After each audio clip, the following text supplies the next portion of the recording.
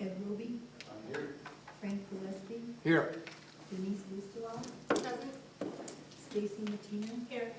Jerry Mills, Here. Denise is coming, Jim Comstock, Here. and alternates Jim Smith, Here, Jeff Smith. Jeff Smith, sorry, Martin Shield, Here. Jim Abel, Here.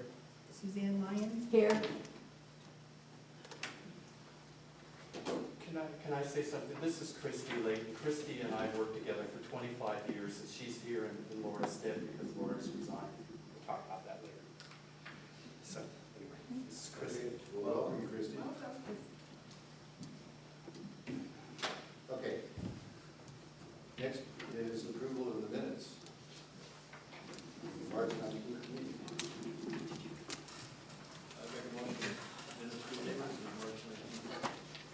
Second. Got a motion and a second to approve the minutes. Any questions or comments?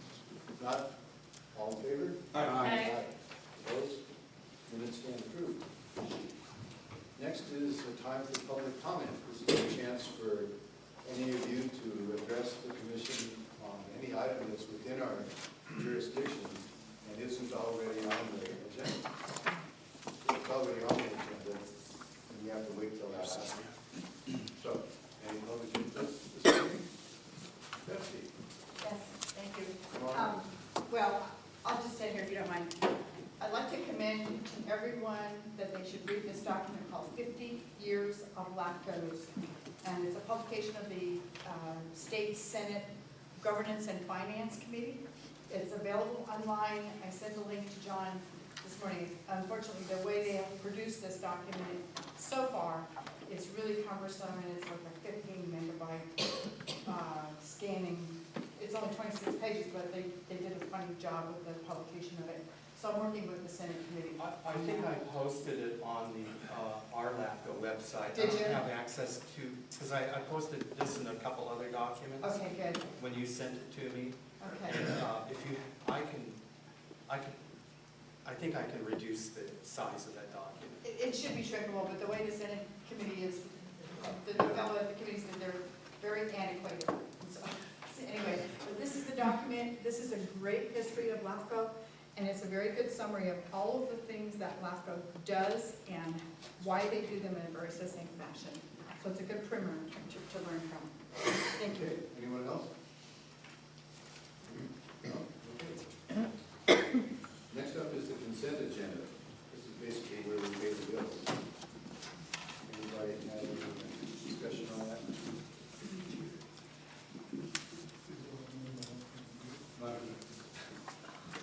Mr. Chair, if there's no comment, I would move approval of the consent agenda. Second. Got a motion and a second to approve the consent agenda. All those in favor? Aye. Opposed? Consent agenda is approved. Okay, now we get into the fun stuff. This is probably why most of you are here. We're going to have a public hearing regarding the service review for the Watershed Protection District. This is a project we've been working on now for about a year and a half.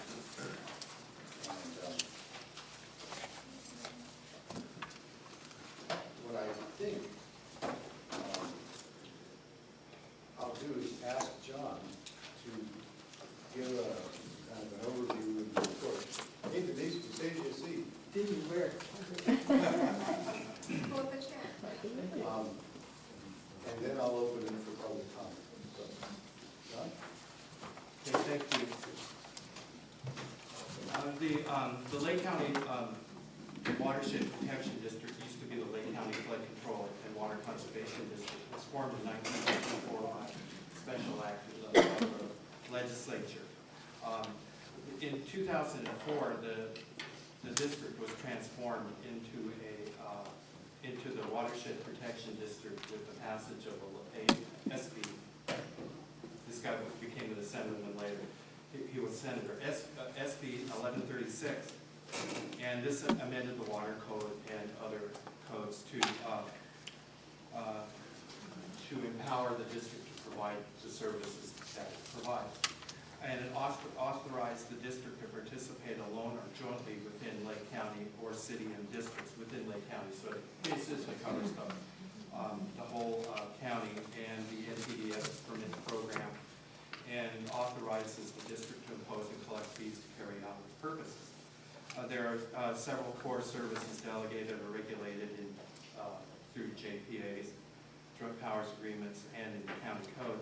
The responsibility for Clearlake as a public trust asset was delegated to the County of Lake by the State's Land Commission in 1973. Lake bed management services have been offered in Lake County for a long time, and they are defined as one of the responsibilities. Protection of groundwater resources is a responsibility. Administration and aquatic plant management of invasive species is one of the functions of the district, and the district's role in managing the Lake County Clean Water Program as defined in the joint powers agreement between the county and the city. The district's bounds include the entire Lake County, and that's prescribed in the Enabling Act. It's a dependent special district. It's governed by the County Board of Supervisors, and it acts as the Board of Directors. There's specific language in SB 1136 that calls for that. The district is staffed by the County Water Resources Department staff, and it provides the personnel support to accomplish various programs and activities in the district. The district is currently managed, the director is the Public Works Director / Water Resources Director. There's a total of 6.75 full-time equivalent staff. They're allocated to the functions of the district, and the director is 25% of his time. As a dependent district of the county and other departments outside of the Water Resources Department provide services to the district, county council, for example, or engineering, for example, as needed. County auditor does other financial functions. The determinations in the report that you received, and I might, at this point, since I'm mentioning that, I give you a draft service review, a hearing draft service review report, which was in your packet. The service review report was circulated to the Watershed Protection District, the LAFCO committee. The water, can't remember the exact term.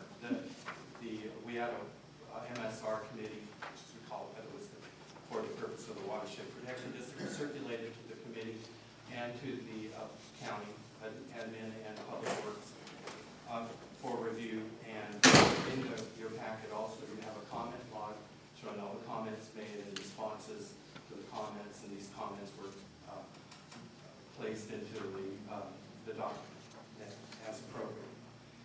So the determination served, the service review has all this background body of information and has determinations.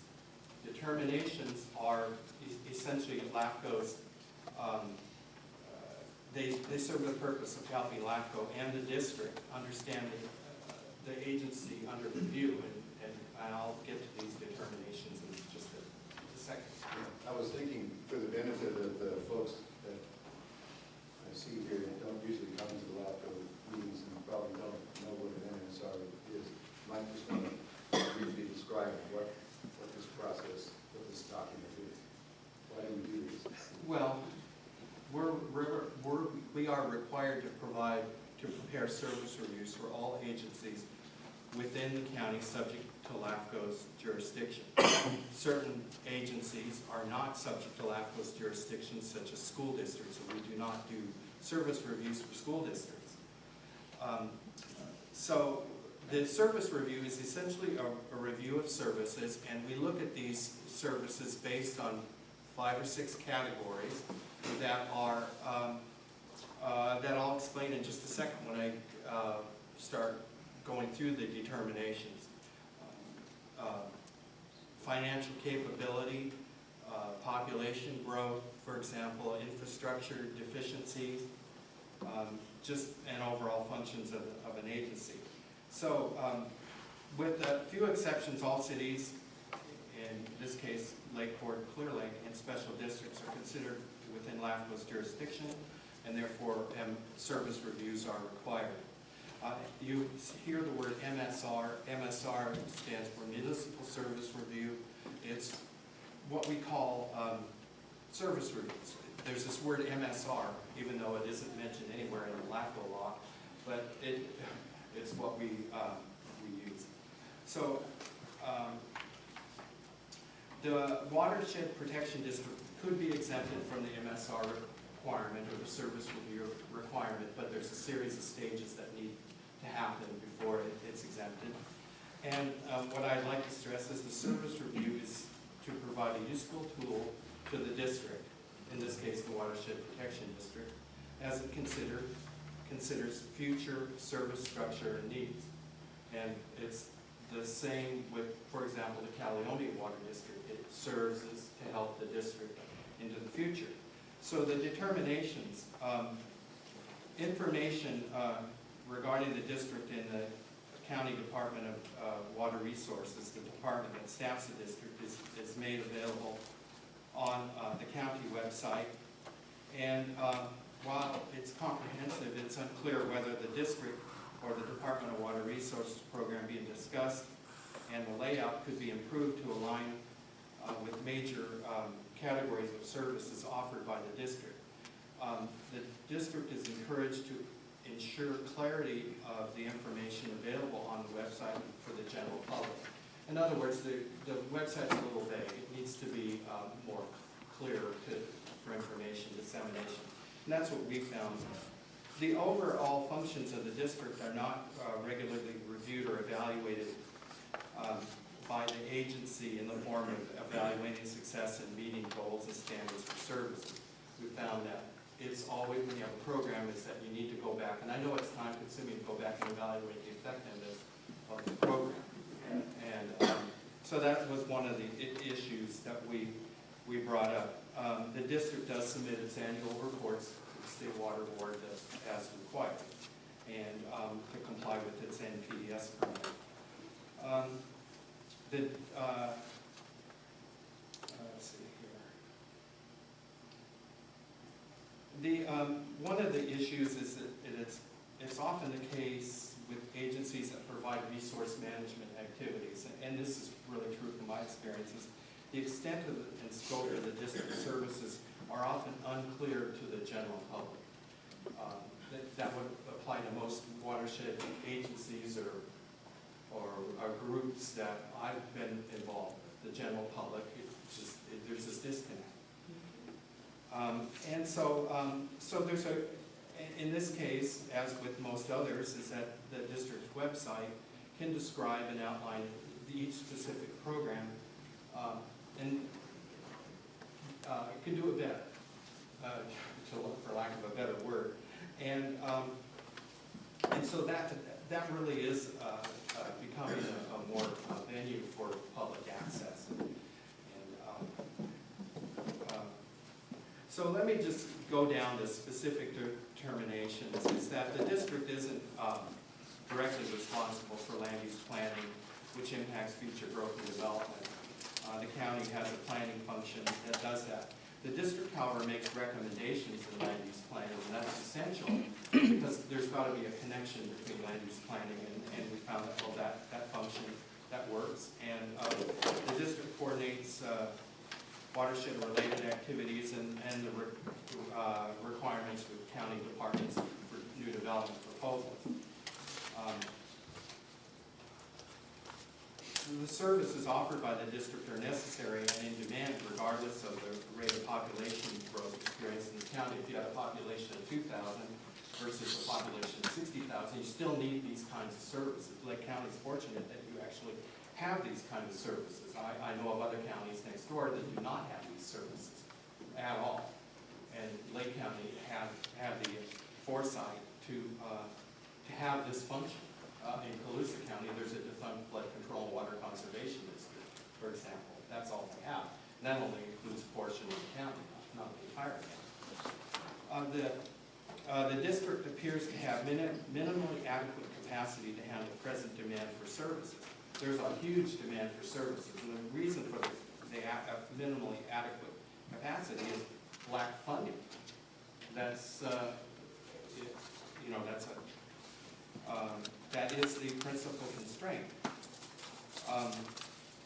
It appears the district is providing adequate services given financial constraints based on the breadth and quality of services provided in professional management practices. However, like any other district, several improvements could be made to enhance the level of services offered, including greater outreach, coordination with stakeholder groups, reorganization of the district's website. I keep going back to that, but that is important, and implementation to the extent possible of successful invasive muscle prevention practices as demonstrated by other agencies. I think the best example of a really effective program is Lake Tahoe, albeit expensive and highly regulatory. So anyway, the overall goal is to prevent invasive muscle prevention. So at what point are you willing to go to ensure that success? The Flood Control District, or the Watershed Protection District, is a well-managed agency. It conducts the annual employee evaluations and the district workload. It manages up-to-date financial information and budgets. It could improve upon long-term planning by developing a strategic plan which establishes goals to guide its efforts and identifies measures of effectiveness in meeting these program objectives. Correspondingly, the district should regularly evaluate its success in meeting goals outlined in the strategic plan. So you should have a plan and an evaluation system developed. The district could further capitalize on the use of volunteers to enhance the capacity of the services it offers. The district is responsible for measuring or maintaining 11 miles of levees and 13 miles of creeks and drainage ditches and benefit zones throughout the county in various areas. And they have a Kelsey Creek, used to be called the Kelsey Creek retention structure, and that's for groundwater recharge in the Big Valley.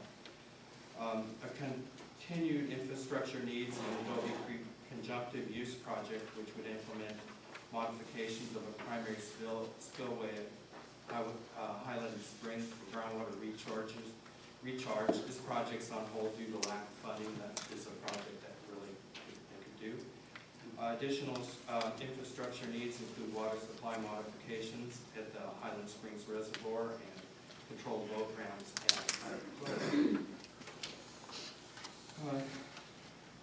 Do you mind if I just go? I'm just going to read the determinations because that's really the MSR. Go ahead. And they're all in the report that everybody has. While Watershed Flood Control Services benefit from state and federal grant funds, lake bed management clean water programs are constrained by limited revenue streams.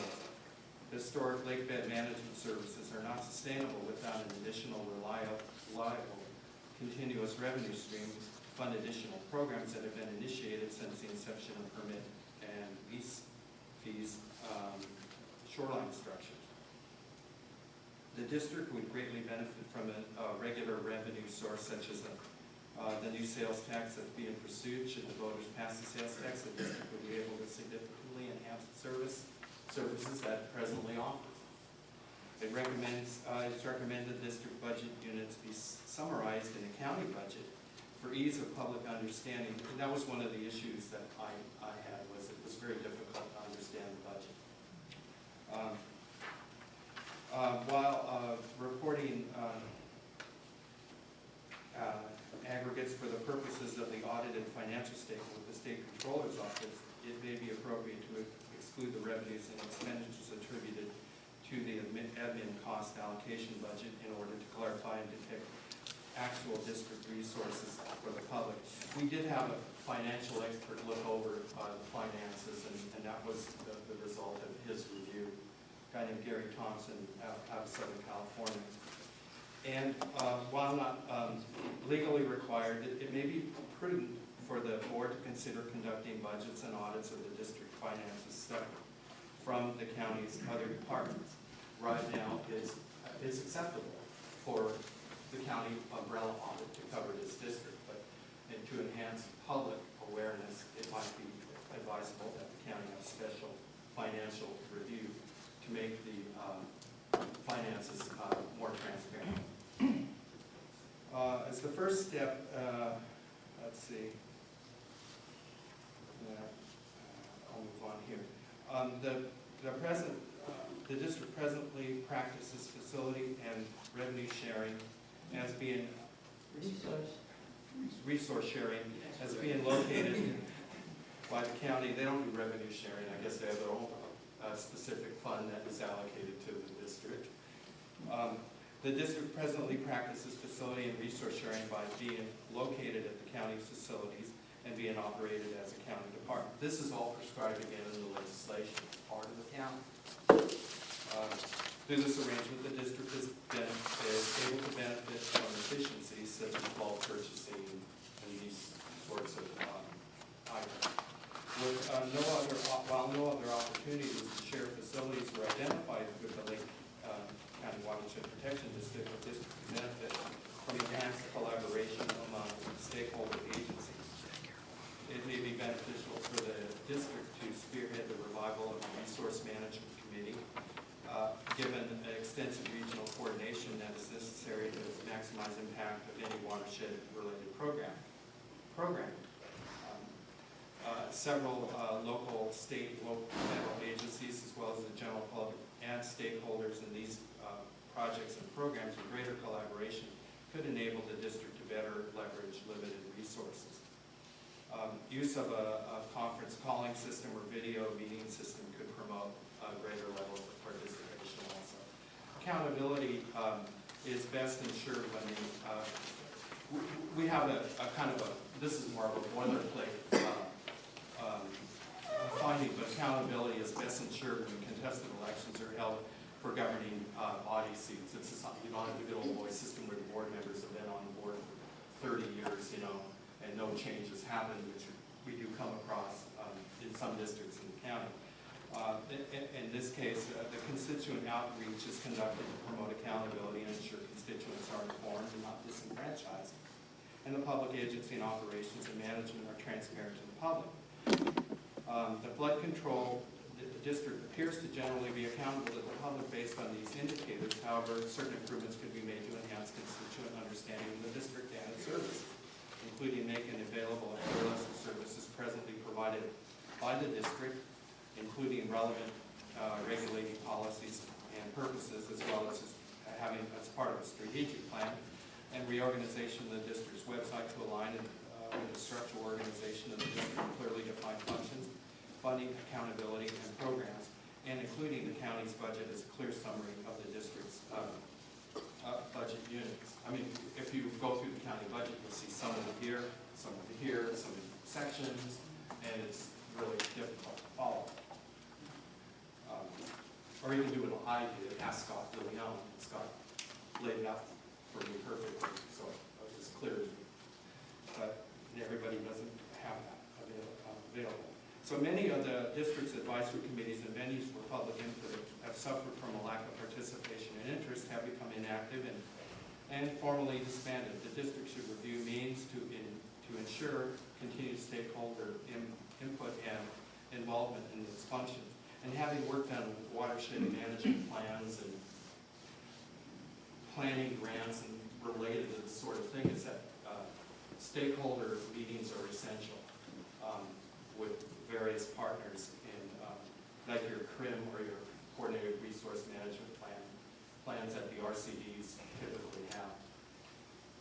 A governance structure option may be to transform the flood control district, or they keep calling it the flood control district, the watershed protection district, into a specific special, to an independent special district, the governing body separate from the board of supervisors. This option has several advantages and disadvantages. Further study of this option may be warranted to determine it is cost-effective and beneficial to the programs and services offered by the district. Be mindful that the legislation specifically says the board of supervisors is the governing body. So I would assume that at this point that they would need to go back to the legislature to have that change. But it would have have to occur after this is reviewed. The district may benefit from a local enabling ordinance that defines the Watershed Protection District's policies, services, resources managed, instruction, and statutory regulations under its authority. And there's a reference in the finding is that this ordinance, an ordinance very similar to this, was adopted by Ventura County in 2012. And that's on the Ventura County Flood Control website. Watershed Protection District. Watershed Protection District, sorry. It is a watershed protection district. It's one of the few around. So that's the findings and that's my report. Okay. And I'd like to note for Christie's benefit that Commissioner Gillespie, Frank Gillespie, has a dental issue. He had to leave to go to the dentist. He'll be back.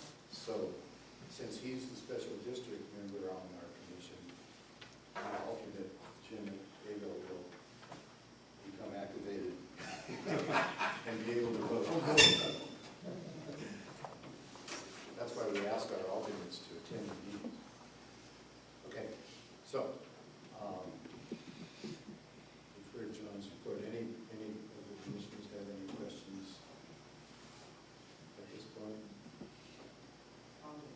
Okay, if not, I'll open the public hearing. And,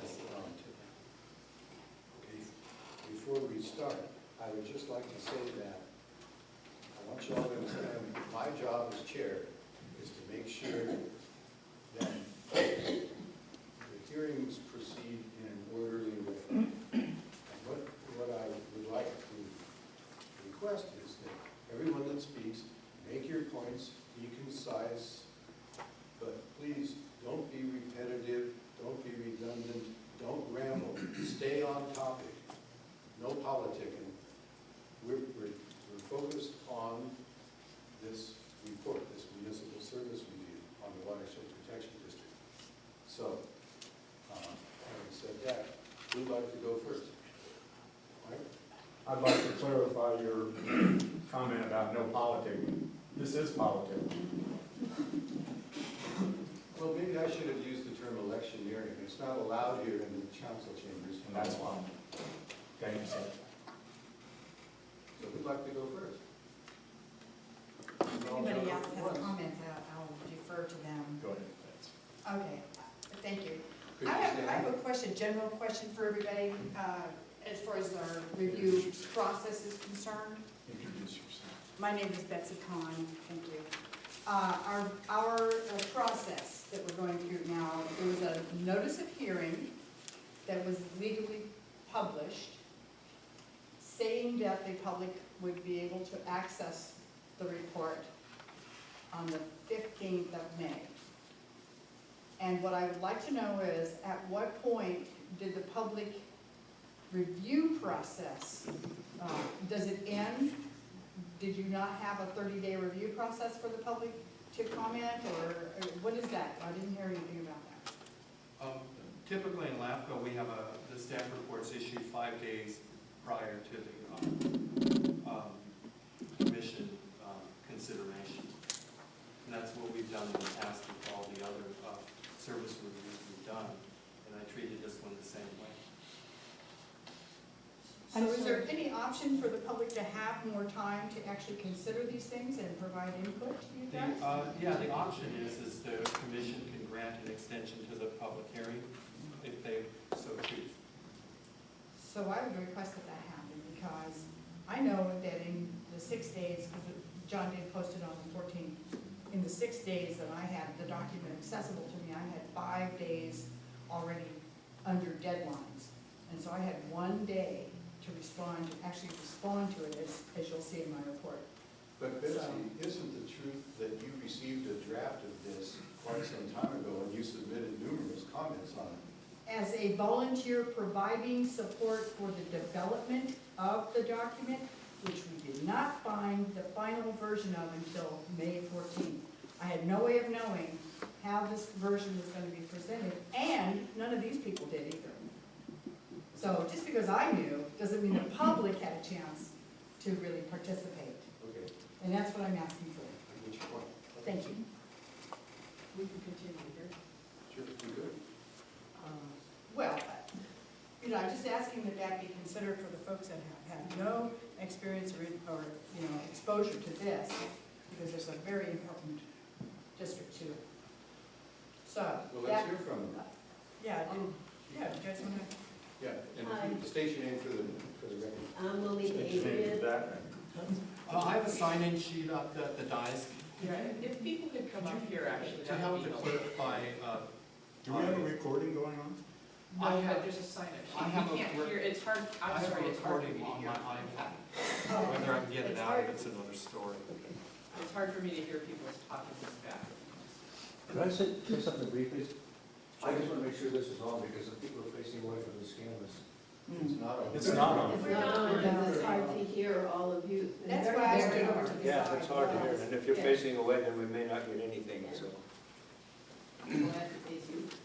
Go to Well, the the side commissioner's on watching there. the Well, face I down. know. If you just want to run over, I it, guess, come here. Move Just a mic. project. I suppose we could stop the meeting and try to figure out how to get the PA up. Or Yeah. move it. You want to do that? or- Do you have an external mic wire, Tom, that you I'll can go run? away. No, I'll come back and I have to get that book marked. I didn't mean to So scare you're you gonna off. figure it out? Okay. And I'll go back.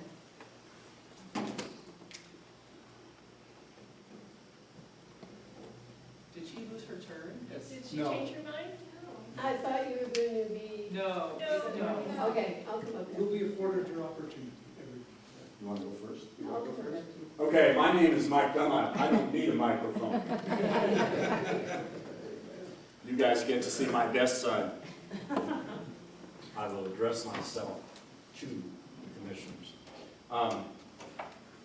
I've served on your committee to help assimilate, bring together the information to be included in the municipal service review. And I haven't had a chance to look at the final document. Even though it was posted by John on the 14th, I believe it was, I haven't had a chance to review it. So my understanding is, based on the notes that I've just taken from what John said, that I believe he indicated that the district is a dependent district in the legislation. That I don't believe is correct. I have the legislation. If nobody else has a copy of it, there's nothing in it that I understand requires it to be a dependent district. It has the capability of being a separate district, standalone district. It has the powers of eminent domain, contract. It even has the power to condemn property out of the county if it affects the watershed in such a manner that the district needs to protect the receiving water body. Thank you, Melissa. Thanks. The The city clerk comes to the rescue. city clerk, just like school districts, secretary, if Thanks. it weren't for the secretary, school districts wouldn't run. Let's see, the district submits reports to comply with permits. Believe that the district may be behind on that. The district website is essentially non-existent. The representation was that the district is not directly responsible for land use in the watershed. However, it consults. Depending on how you actually read the legislation, if the inappropriate land use happens and it affects the receiving water body or water bodies, then the district is responsible for correcting that. The minimally adequate services, considering the district's current budget, I would agree with that. I would disagree with the characterization that the district is currently well managed. I don't have a problem with the management. I do have a problem with the fact that for 9 years, the district has had the ability to levy fees and collect taxes and has not exercised those. I find that to be kind of objectionable. John indicated a strategic plan is necessary. I agree with that completely. I understand that there is some consideration about a project for the Highland Springs Reservoir to raise the discharge rate to increase, for the express purpose of increasing the groundwater recharge in the Big Valley area. I believe the latest hydrology report indicates that the groundwater is actually up from its previous level. So there may be a question of whether or not that's necessary. The determinations, hard to understand the budget. I believe that would be an understatement. It's hard to find a budget, let alone understand it. Apparently, as near as I can figure, and I'm not an accountant, the budget works like this. We had this many dollars at the beginning of the year, and we have none now. We spent it all.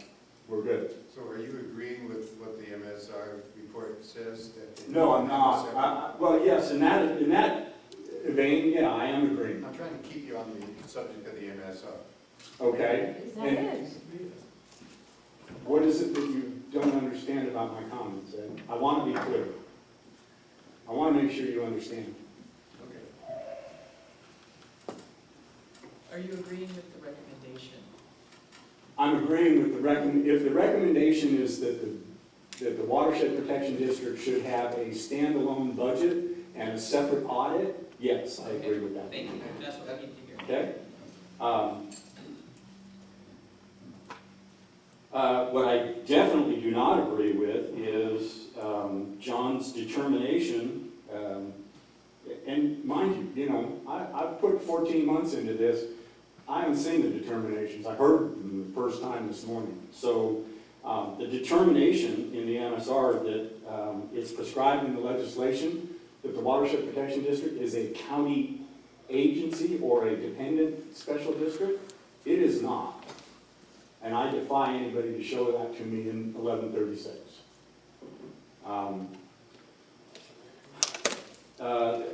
Accountability,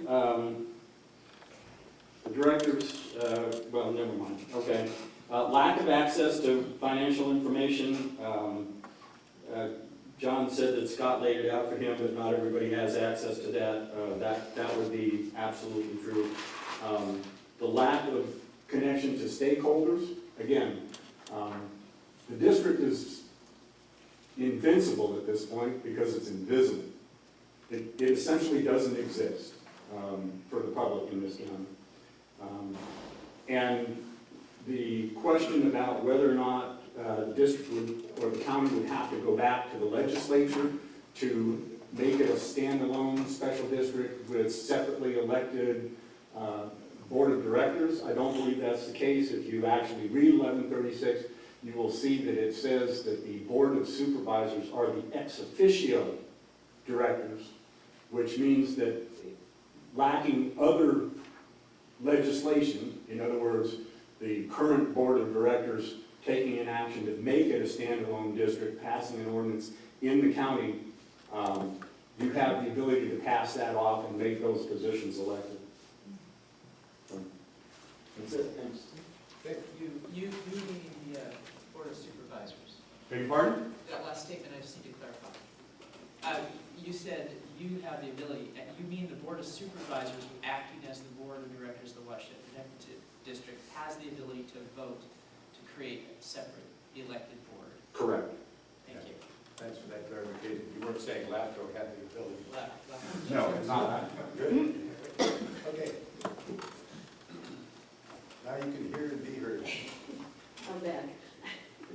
My name is Lolita Adrian, and my concern that I heard, that I hope is going to be corrected, is what Mr. Benoit mentioned was a disconnect with the public.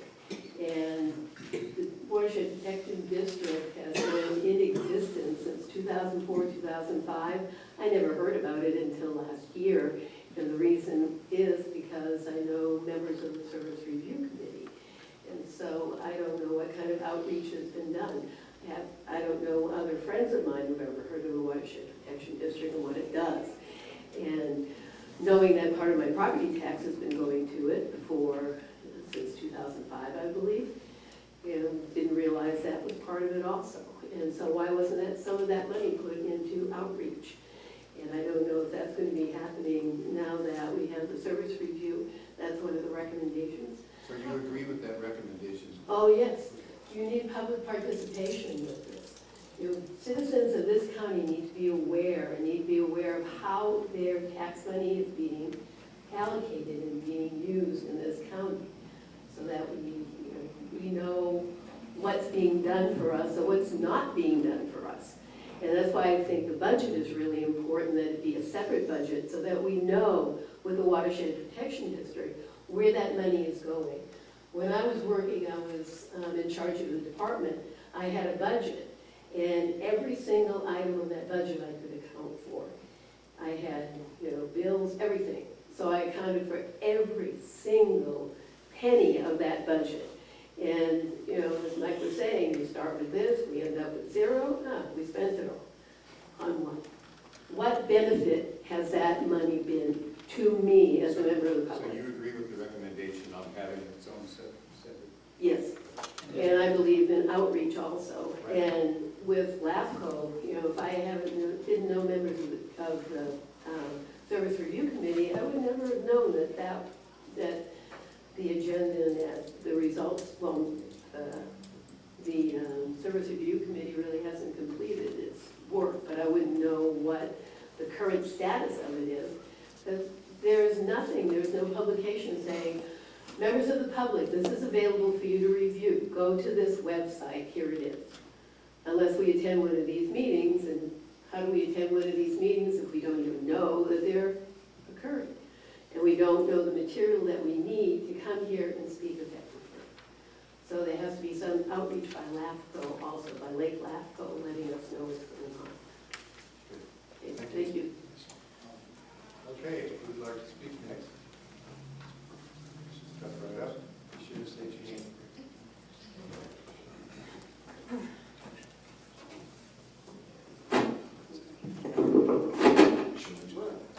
Hi, I'm Dallas Cook. I'm a homeowner and property taxpayer for about 24 years plus here in Lake County. I've been, fairly active and involved in various and sundry civic kinds of activities in this community for all these years. And some years ago, it was before 2006, because I was working with the Lucerne Flow Group, and that was when LAFCO came onto my radar screen. Denise was helping with some of the water woes over there in Lucerne, which they still have. And so I became aware of LAFCO, this commission that I realized at that time was an extremely important commission, regarding all kinds of municipal services to our community. I'm an English major. I'm in the humanities. I don't have the science brain that you all have, maybe some of you folks that really understand all these arcane kinds of sciences that have to do with, all these issues that you're dealing with. So, I'm a citizen out here that's just trusting that, that these, governing bodies and community individuals that are serving the community know what they're doing and are going to make the right decisions. So I don't make it to all these meetings because I sit here, like John was saying, he's pointing out, that it's hard for the public to understand some of this stuff. It's certainly hard for me to understand this stuff. I'm an educated woman. I think I have a pretty good brain, but it is hard to understand. So I think the public outreach is extremely important in our community. I'm a basic skills adult educator, so I'm really keen on trying to help our community be informed and understand some of this stuff, at least on some level. So I think the public outreach and education is really important. Whatever that means, I don't know. I don't know how you can, it needs to be a little bit glitzier and more marketed or something. But anyway, I just wanted to support that, whatever Just to effort. be clear, and try to keep the focus on the MSR, the service review. Okay. You agree with the recommendation in the service review that there needs to be better outreach? I do, especially with a tax measure on our ballot this that's going to have, it's going to have a direct impact on these services and on our residents of the community too. So, thank you. Okay, thank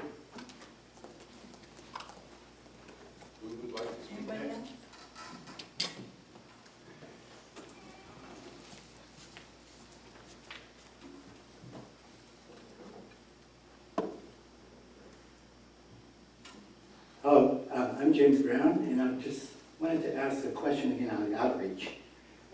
My concern again is with the stakeholders. I don't see any tribal participation here at all. Once again, the tribes have been left out. Is there any plans to include all of the stakeholders in this county? That's my question. Thank you.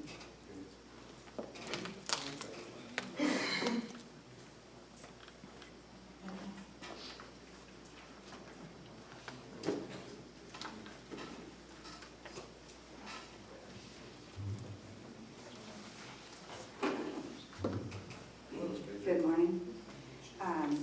Ray Rominski objected to the way the podium was set up at the Board of Supervisors because it used to be possible for everybody to see the speaker. So I'm going to try to accommodate that. That's doable. You want us to move it over here? It's all right. It'll work. Here, this is fine.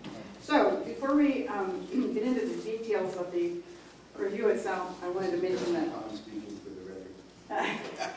mention that the statutory code for municipal service review requirements is section 56430, and it is the state legislature's statement that LAFCOs are required to conduct a municipal service review.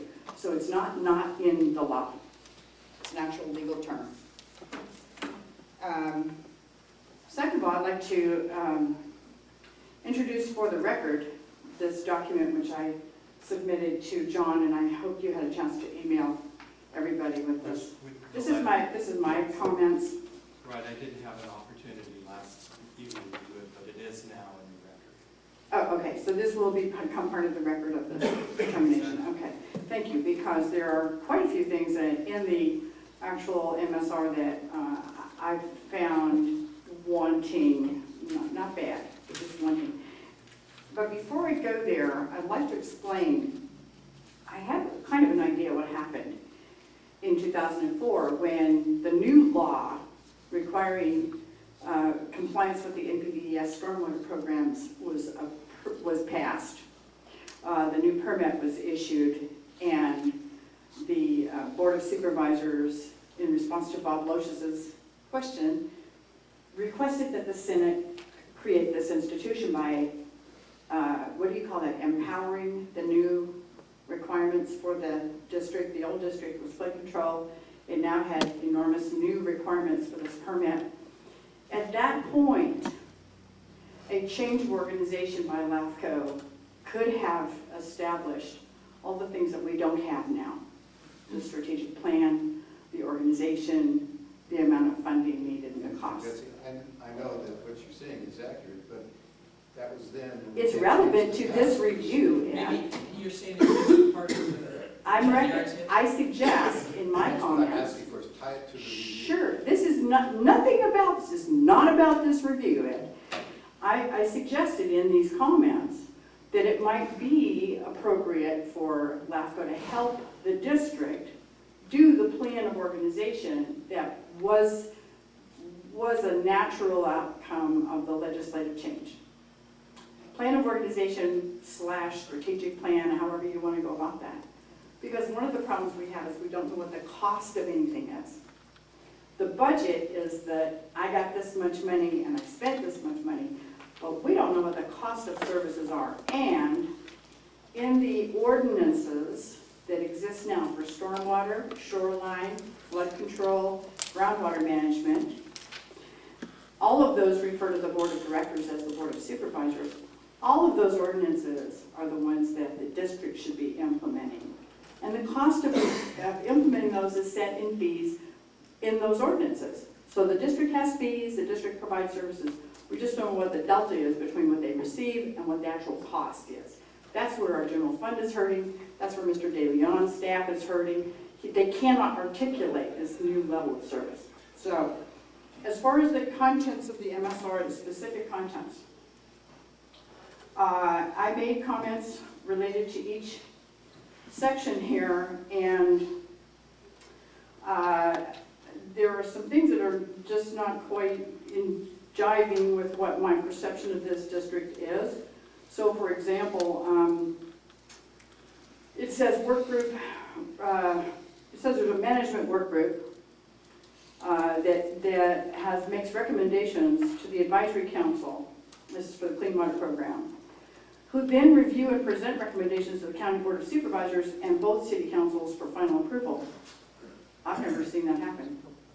I've never seen the advisory council for the Clean Water Program present anything to the city councils or the Board of Supervisors. So that's something that, these are things that we do need, and they are relevant to the recommendations of the determinations in a way that means that the determinations are not quite strong enough to point those things out, that's all. It says that it's the responsibility of the cities and the county to implement the program as recommended by the program work groups and the advisory council and as adopted by the County Board of Supervisors and both councils. Well, there you have another issue where the relationship between the Clean Water Program, co-permittees that are the 3 legislative bodies, and the Watershed Protection District needs to be more clearly formulated and explained. So,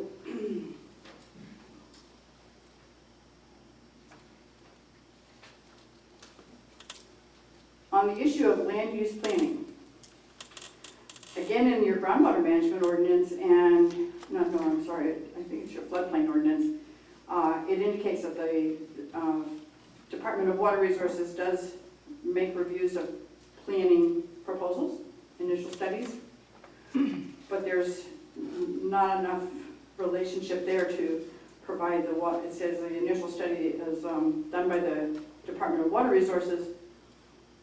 We need to clarify all of these separate requirements, and I think we can do that with the ordinances, and I think the reform of the ordinances is not only needed by the permits, but would help you with that strategic planning activity. If there's a finding in your MSR that recommends that, then I do agree with that. I've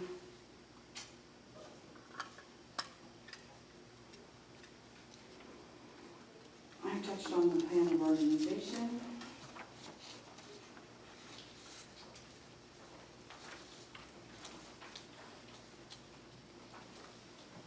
Betsy, could you call up the number of the item that you're on if you're skipping them, just so we can, on because these there's pages? multiple pages here yet. So Sure, I'm just trying to make it brief so that, because I'm not going to read the whole thing like John did.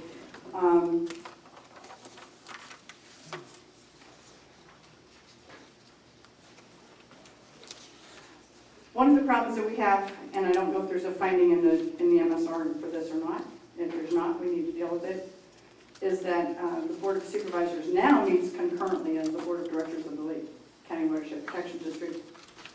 But it's a separate legal entity, and that excludes public participation because the actual board is not really providing oversight through that separate hearing. We had those hearings. Used to be that the board would adjourn as the Board of Supervisors and reconvene as the Board of Directors of the district, and that was explicitly called out in your agendas and minutes. Our research found that there were 79 occasions since January of 2005 where the district did act separately. However, something changed this year. We don't know why, but now the heading on the agenda says that the Board of Supervisors sits concurrently as all these other boards, and so there's no separation of activity in the specific active actions in the agendas and minutes. And I think that further confuses the ability of the public to tell which is which. Huh? Confuses the I was board. going to say, we're adapting to a new I-legislate process, and it's confusing to the board too. And Well, it confuses the chair. you own the software, you can fix it. So, Actually, we don't, but maybe. well, somebody owns it, You're right. yeah. And if okay, don't let go of that power. I need to make sure what I'm looking at here. Okay, this is item 15 of my list on page 12. There is a discussion about how the board, and I assume we're talking about the Board of Supervisors, disbanded the Clearlake Advisory Committee for a variety of reasons, including a lack of cooperative atmosphere among committee members, contributing to an inability of the group to come to consensus on issues and a frequent failure to establish quorum at meetings. And then there's a footnote. This is in your MSR. You betcha. Every one of these refers to a page number and paragraph in the MSR. So, first I would have to say that whatever the reasons are for disbanding PLAC, it's irrelevant to the MSR. It is irrelevant. We don't agree with the way that disbandment was done, and we have a lot of objections to the documentation that was provided. Bessie, I'm sorry, But who's we? we, You? I seriously object to that, but it's irrelevant to the MSR. Whatever happened to the Clear Lake Advisory Committee, should the RMC be restored? We talked about that. Do you need an advisory committee? Those are issues to look at in your strategic plan, in your plan for organization, wherever you do. But disparaging the plaque after years of dedication in your MSR is inappropriate. So, and that led me to thinking the other day, actually the Watershed Protection District needs an advisory committee. The Board of Supervisors, we heard Jeff say, we preferred this back when it was RMC, worked with the Clear Lake Advisory Committee, because then we didn't have to hear all this guff. And I don't blame them. It was a buffer, but there's no mechanism now for any citizens advisory group to work with either the district or the board. And so that's a plan issue. That's on that's item 16. Page 12, the second paragraph, may be beneficial for the district to spearhead the revival of this organization, the RMC. This is a perfect example of how confusing things are because Hang on. the district doesn't, Time yeah, out. She's referring to item 16, but I think that's on her list. on my list. Yeah, could you just refer to Oh, sorry. this in our... Page 12, Yeah, second you're trying to follow paragraph I'm trying to of follow the you, honestly. MSR. No, I got it. Sorry. Okay, so it's which item are you on? Page 12, second paragraph of the MSR. Or, yeah. Yeah. It says it may be beneficial for the district to spearhead revival of this organization, which it's referring to the Resource Management Committee, given the extensive regional coordination that is necessary to maximize impact of any watershed-related programming. Now, not only that, but the district is the representative for every resident in this county in the regional process called the West Side IRWM. Every resident never had one piece of outreach to the community about the 20-year long-term water management plan that we are now represented by the district in that process to get funding. Nobody knows this. So are you saying you agree with the recommendation for more? I agree that you should read my document and you should please consider. I just got it. Okay, well, I know. That's why I asked about more time, okay? Because I guarantee you, I have been through this and I'm not attacking anything. I'm offering you suggestions because there is so much confusion between the district, the board, and the IRWM and all these things. And it's been a mystery for so long. And I think we can figure out how to straighten that out. An example is that this regional representation by the Watershed Protection District led to the requirement to update the Clear Lake Integrated Watershed Management Plan. Nobody knows who's in charge of that plan. We've had meetings in which Mr. De Leon represents the county, the Department of Water Resources. No one's there from the district, and no one knows who is in charge of that plan. However, your MSR says the district is responsible for that plan. So that's something that, all these things need to be clarified, and I'd like to see them clarified in the MSR. It says information regarding the district and the county Department of Water Resources. This is, page 12 of your document, fourth paragraph. Information regarding the district and the Department of Water Resources made available on the county website. Now, if you go to the county website and you use the search field and you enter Watershed Protection District, the only reference material you will get is documents that refer refer to the district. There is no website, no web page, no organization chart, no phone number, no address. Doesn't exist on the county website, period. So those are findings that need to be more clearly stated, I guess I would say.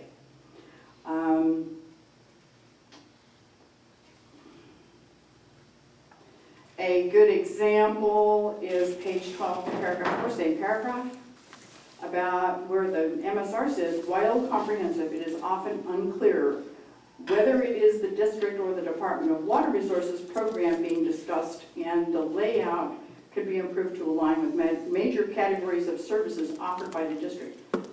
Well, hello.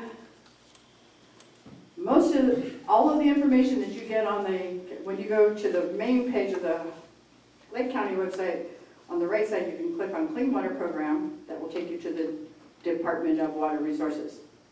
Similarly, you can go to the Department of Water Resources and you can go to their program background page.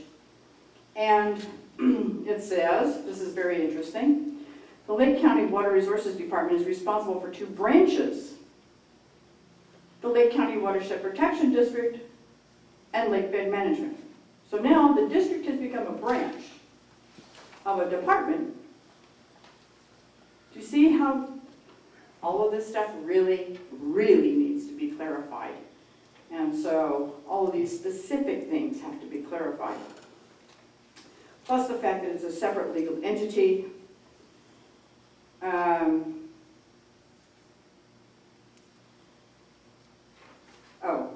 Page 13, first paragraph. The district was administered as a part of the County Department of Public Works until it was separated and made into an individual department by the Board of Supervisors in 2010, named the Water Resources Department. Guys confused yet? Okay. The district is not an individual department. What was separated from the Department of Public Works was the Water Resources Department, and the department may in fact be responsible for all functions of the Watershed Protection District, but we don't know that for sure. So then on page 13, second paragraph, here's a statement I like. There are no regular volunteers that offer their services to the district. However, some volunteers occasionally assist with the stormwater and water sampling effort. Now, there are 2 volunteer projects going on right now. One of them is the satellite imagery project. Mike Dunlap and I sit on that as the technical advisors to that group for water quality monitoring. The other one is that same group of people includes some volunteers who've done some physical sampling and to do some, what do you call that, confirmation of the actual information that we need for this validation of the satellite images. So that may be what you mean by occasionally assist. However, since 2011, I have been a full-time volunteer for the Clean Water Program. My notes indicate a lot of things that I don't want to read out in public because it's just a waste of extra time for you, but I am the person appointed by the council.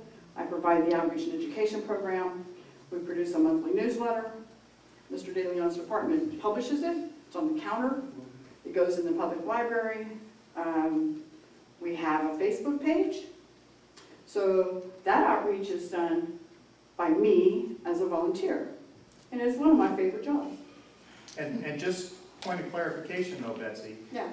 That program was run through the Community Development Department during that time that you've been acting as the volunteer, correct? And Well, the up until Watershed July. Protection- Up And the until Watershed July. Protection Yeah. District just recently, at the direction of the board, got the stormwater program back.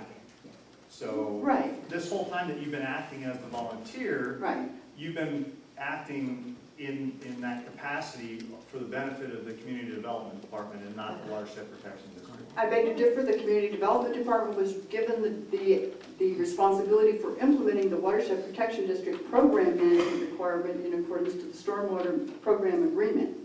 Okay. Community Development provided the service. Okay. So, and I have, but we have been doing this for you since July 1st of last year.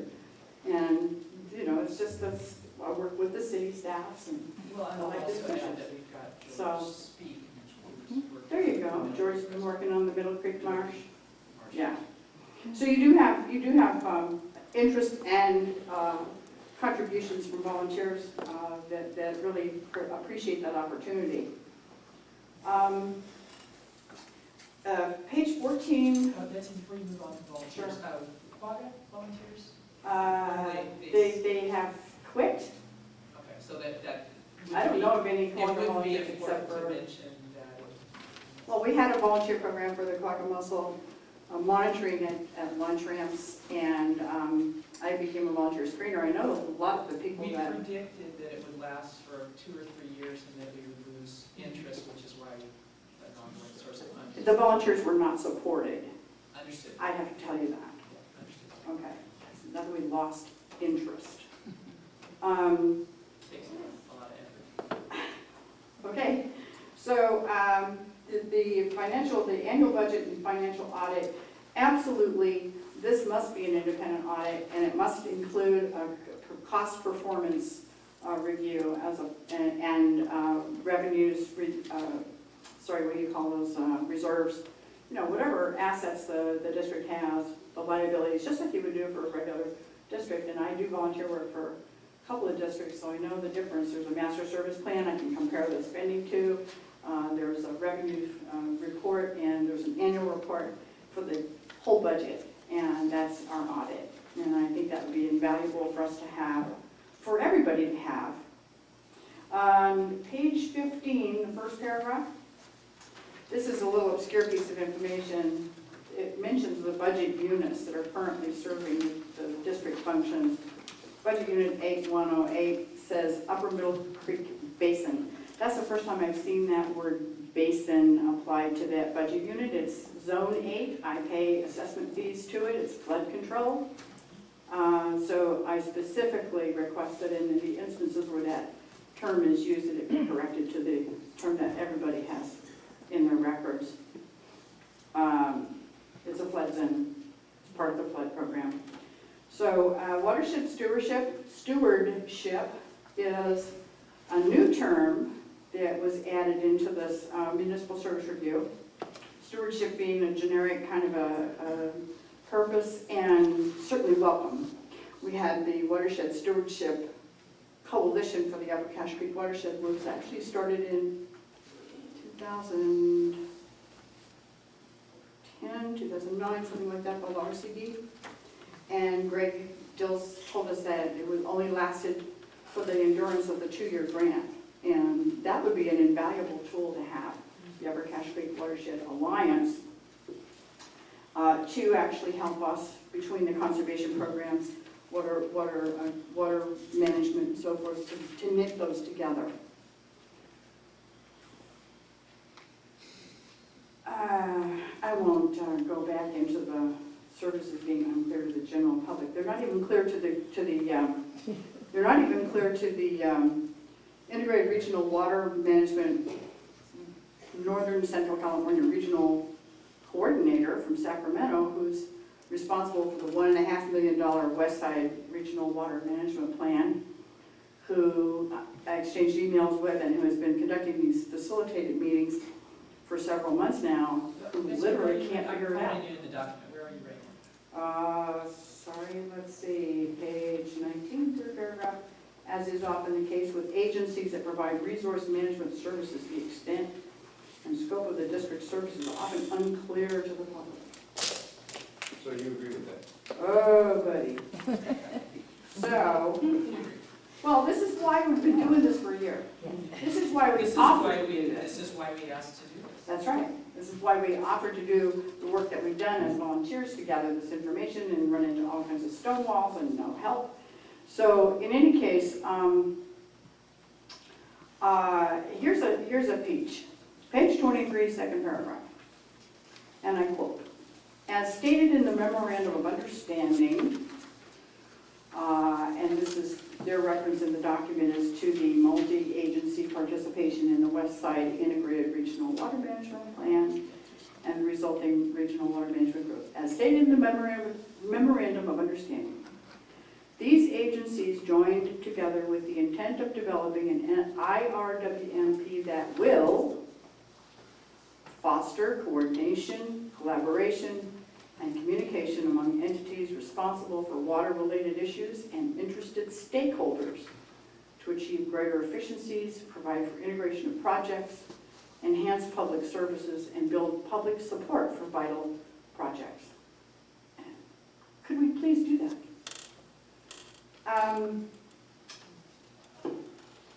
Now here's a toughie. Page 26, item 3-1, this is your finding. The district appears to have minimally adequate capacity to handle present demand for services. The primary capacity constraint is limited financing for lake bed management services. Well, the first sentence is absolutely correct.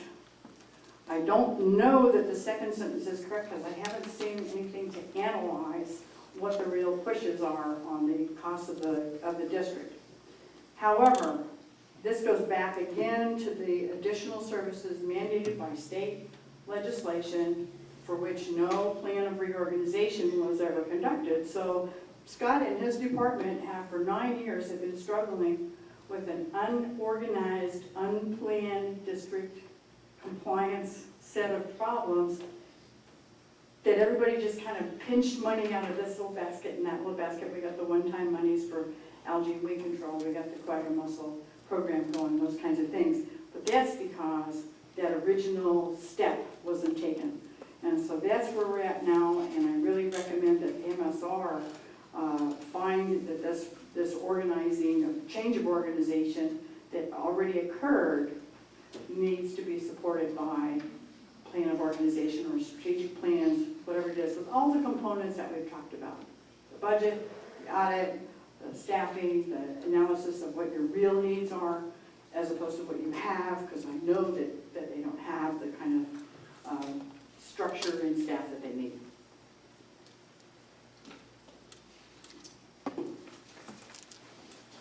Page 27, item 4-3, that's your finding. It is recommended that the district's budget units be summarized in the county budget for ease of public understanding. I think that, again, first of all, that's an understatement, and I don't think anybody understands them. Maybe Matt, maybe Alan. Okay, and then I would like to, let's see, it says page 28, finding number 6-2. Many of the district's advisory committees and venues for public input have suffered from a lack of participation and interest and have become inactive or formally disbanded.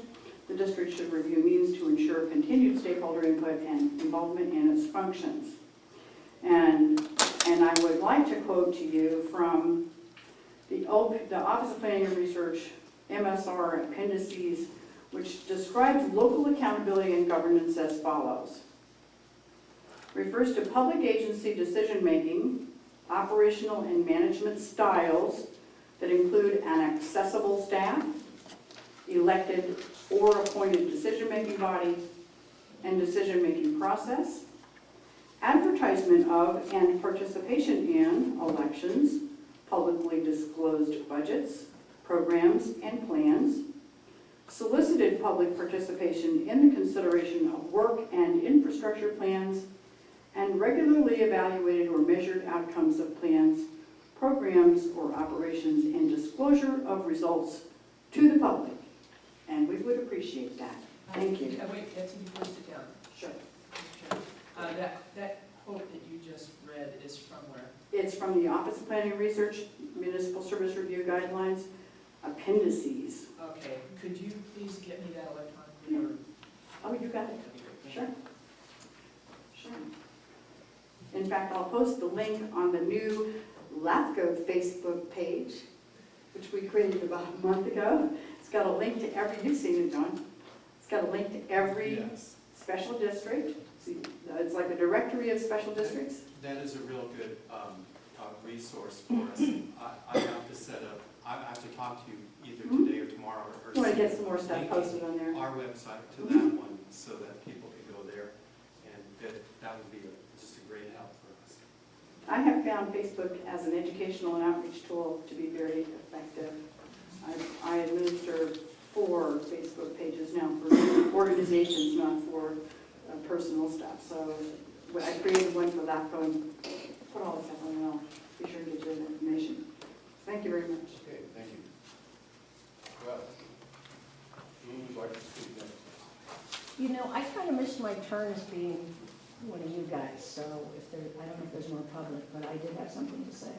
Come on up. Okay. State your name for the record. Okay. I'm Suzanne Lyons. I've been part of the Municipal Service Review work group for the last year and something. And I'm also the alternate public representative on LAFCO.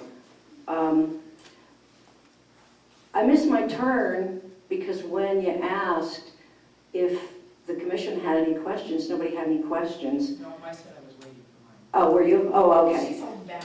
Oh, okay. Because On the list. okay, because I have a lot of questions. And one of the things I'd like to say to the public is one of the reasons that there's a problem with public information and outreach is there's no budget to do it. And when you see what Betsy provides for people in bringing everybody copies of stuff, she's paying for that herself. I know because I was the public information and outreach person before Betsy, one of the big problems is, well, how do you do that without any money? And so what we say is go to the website. Well, guess what? Everybody doesn't go to the website, and that's not because they don't have a computer or they don't know how to use a computer. A lot of people say, I'm on the computer all day at work. I don't want to go on the computer when I go home. So there needs to be a variety of kinds of public information and outreach to people, and that costs money. You have to have some sort of a budget to be able to do that. A while back, Commissioner Rushing said LAFCO won't be the hammer on this.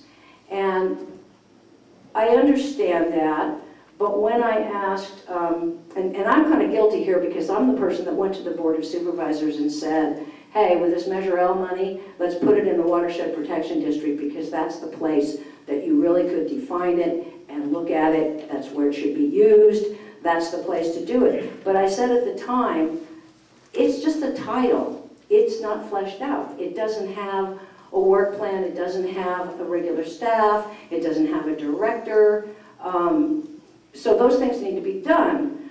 So I was at the City Council meeting in Lakeport when Scott DeLeon made a presentation about Measure L. And I asked him, I said, well, has the Board of Supervisors made any move in the last year that we've been working on this municipal service review to restructure and reevaluate this district? Because if LAFCO isn't the hammer, then the Board of Directors has got to be.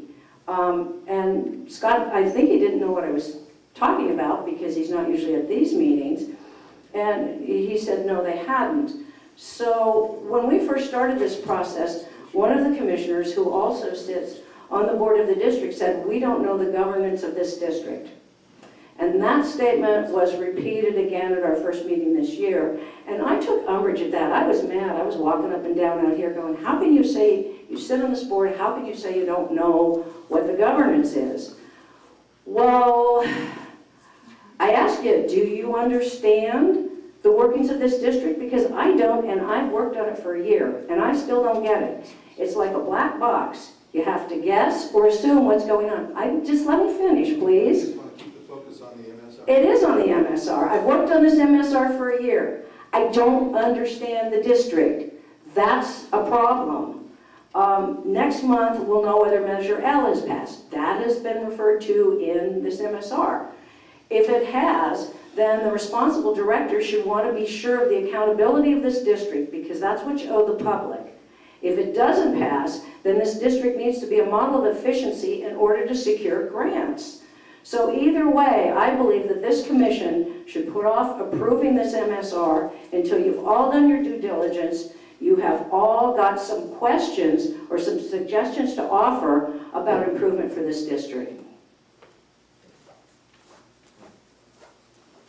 Next.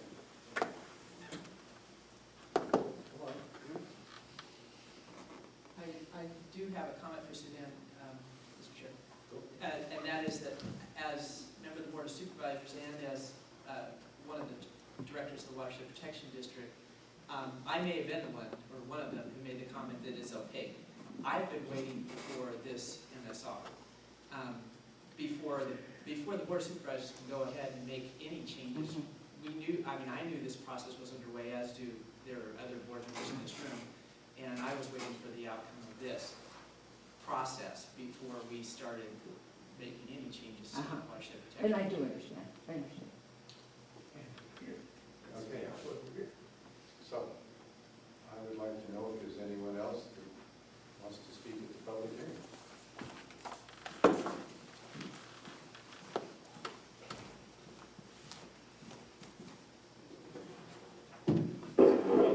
Chairman Roby, members of the commission.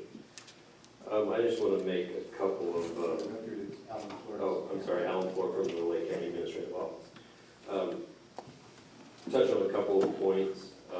I know that Mr. De Leon generally feels like the document is well put together and is supportive of the recommendation. So I guess the first general point is just want to remind the commission of the real purpose of the MSR. I feel like that there has been a lot of creep on this, and the purpose of a review of this type, of course, is for the analysis of a sphere of influence, update, change, amendment, something of that sort. If the commission is going to make a recommendation on that, then MSR needs to be done. The commission expressed at the time, I guess over a year ago, that they were willing to move forward on this because they wanted to answer some questions about district operations and felt that this type of report would be a good way to analyze that. There's a lot of concerns that have been expressed today and in the comments on the document, and some of them go back to, I'm sure, things all of you are familiar with, which is just the challenge of local government and providing information to the public. And having a limited number of resources, it's seen here in the document, it's something that all of us struggle with, I think, every day, in the focus being on trying to provide adequate programs, but still being able to let the public know about those programs and be engaged in defining that. So I just wanted to make that point. I think Suzanne mentioned it as well, that is a balance, of course, that all of you as elected officials get to try to find for us. So the other thing that I do have concerns about some of the comments that were made, and in fact, a couple of the comments that are still in the MSR related to the budget and the audits. The impression is left, to me, a little bit in the report, but particularly the comments today, that this is some smoke-filled dark room in the basement of the courthouse where decisions are made and money is being spent. That's not true. I understand that government budgets are difficult to understand. It's not just this one, it's all of them. The county has, I don't know, well over 100 budget units, dozens of funds, probably 50 funds that are somewhat similar to this one, with special districts and things like that. When you have revenues being transferred for different things, for operations of staff and that sort of thing, it does get very confusing. This is the nature of fund accounting, and I would certainly agree that there are a number of ways that we could try and improve that transparency through a budget document and trying to provide a better summary of how this works. But this budget unit and all of the county budget units are audited, are analyzed through our financial report. In fact, as part of this process, I've had a number of conversations with the county elected auditor. She sees no reason to do additional audit costing, more resources that we can take away from programs to do that, to provide any other level of transparency. I think there's certainly other ways that can do that. That can be done. So those are the general comments. I still am concerned with the comments that are made on page 18 about the accounting mechanism and when reporting reporting aggregates for the purposes of the financial statement. The state controller's office may be appropriate to exclude revenues and expenditures in order to clearly depict actual district resources. The way these things are done are according to what our county auditor wants to see and as required by the state controller's office for these reporting and auditing requirements. I feel like that and it's even made more apparent in the response that's provided here in the comments from LAFCO staff is it alludes to, or in fact specifically says, that the district is double counting revenues and expenditures. With all due respect to the financial expert, I do not like that impression. I don't think it's accurate, and I think that those comments should be removed from this. How would you change? Well, I mean, if you look at the determinations here that have been provided, this is section 4.4, financial ability of the agency to provide services. That's what this document is supposed to be analyzing. Does this agency have the financial ability to provide the services? Those issues are addressed in 4-1, 4-2, and 4-3, where a lot of the concerns are coming from. It is recommended the district budget units, I'm reading 4-3, be summarized in the county budget for ease of public understanding. Okay, I agree with that. 4.4 and 4.5 are talking about these things that, first of all, LAFCO has no statutory or regulatory authority to make a specific recommendation. I personally feel that they're outside the scope of what should be determined by LAFCO in this case, but both of them really are based in the fact, or what is covered in 4.3. It gives the impression that things are being done in a dark room and they're not being done appropriately and there's accounting tricks being used. And it's just not true. So, I think in summary, I know it's extremely difficult to understand how this all works.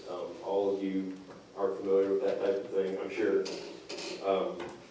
And I think we would like to do what we can to try and help provide that transparency and make it more clear how the monies are being spent.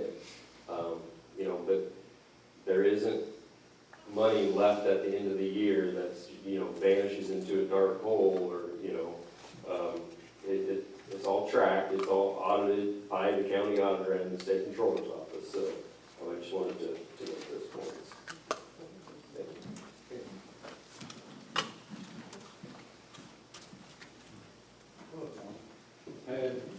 you. My name is Tom Slade. I hadn't planned on speaking, but as far as any concerns about things being done in a dark room, I don't know about that, but I think that would have implications for credibility. And I just want to point out, as far as credibility, I've spoken numerous times, and I have the videos to show that at Board of Supervisor meetings and presented information, given information, shared my thoughts like I am now, and had all that, as far as I can tell, completely ignored and been called names. So as far as credibility, there is none. What way can I go to? Thank you. Okay. Anyone else like to speak on the MSR?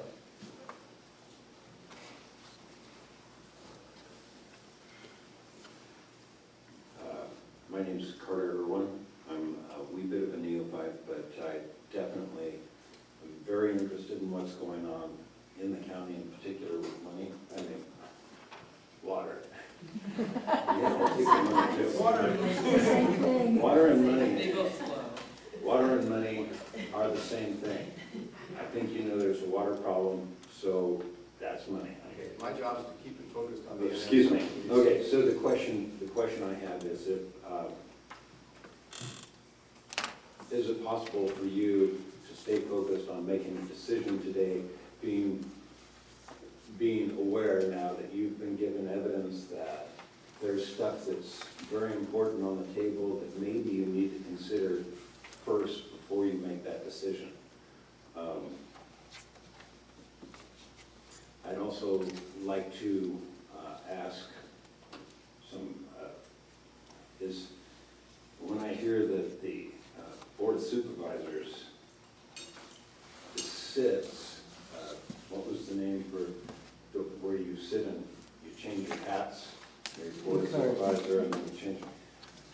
That brings up, it's hard to say, excuse me, is there a possibility for a conflict of interest there anywhere?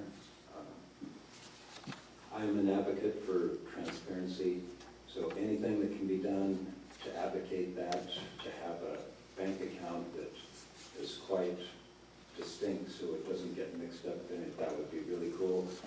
And it would really be nice to know, to have all the audits, if there haven't been enough audits, that perhaps an audit might be really necessary. Thank you. Thank you. See if I can make it all the way up there.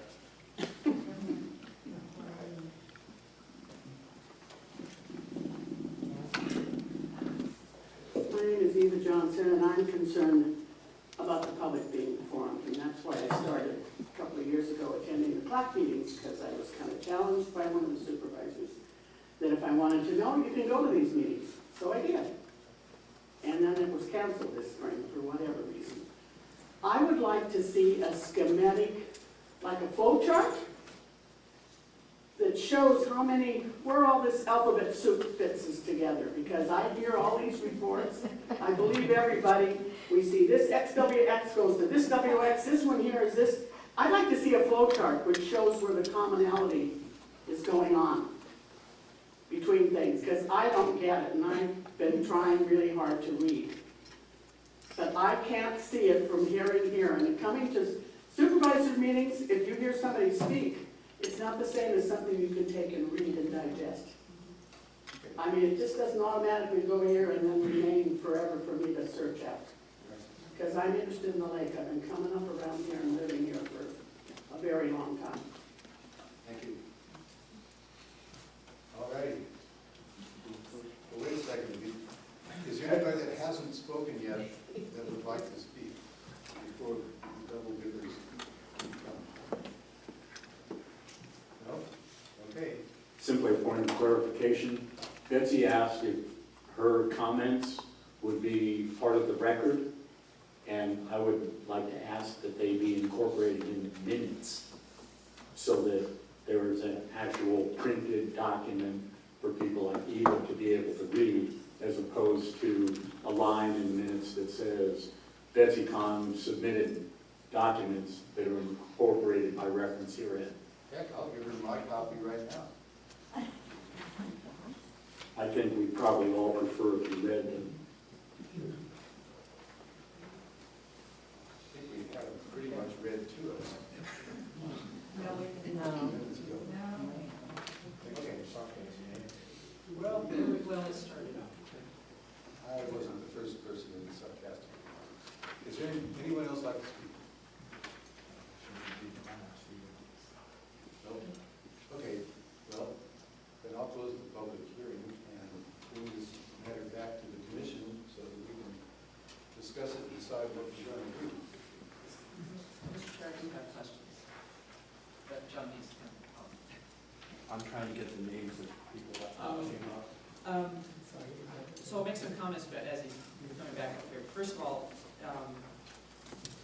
I was one of the commissioners that requested this MSR, and I'm glad I did. This document is required, it's an excellent summary, and I think it should be required reading once we get it done for any candidate for public office, because this is a confusing subject. It's not been easy to understand, and this is something I spent a lot of time trying to understand. So I know, I appreciate that the public is struggling to understand the watershed management issues in Lake County, because as a public official, I've struggled to understand how everything is related. So I think it's an important report. There are a number of points that I think we are in all violent agreement about in this report, and that is that we could do a much better job of outreach and transparency, and I wouldn't use the word transparency, I will use the word clarification, which results in transparency. I think that as clear as we can be, the better off we are, and I think everybody recognizes that. But I would like to point out one thing that's in the document that seems to be pretty significant, and that is it's only $251,000 funded in lakebed management, which is probably, as I look at it, I'm realizing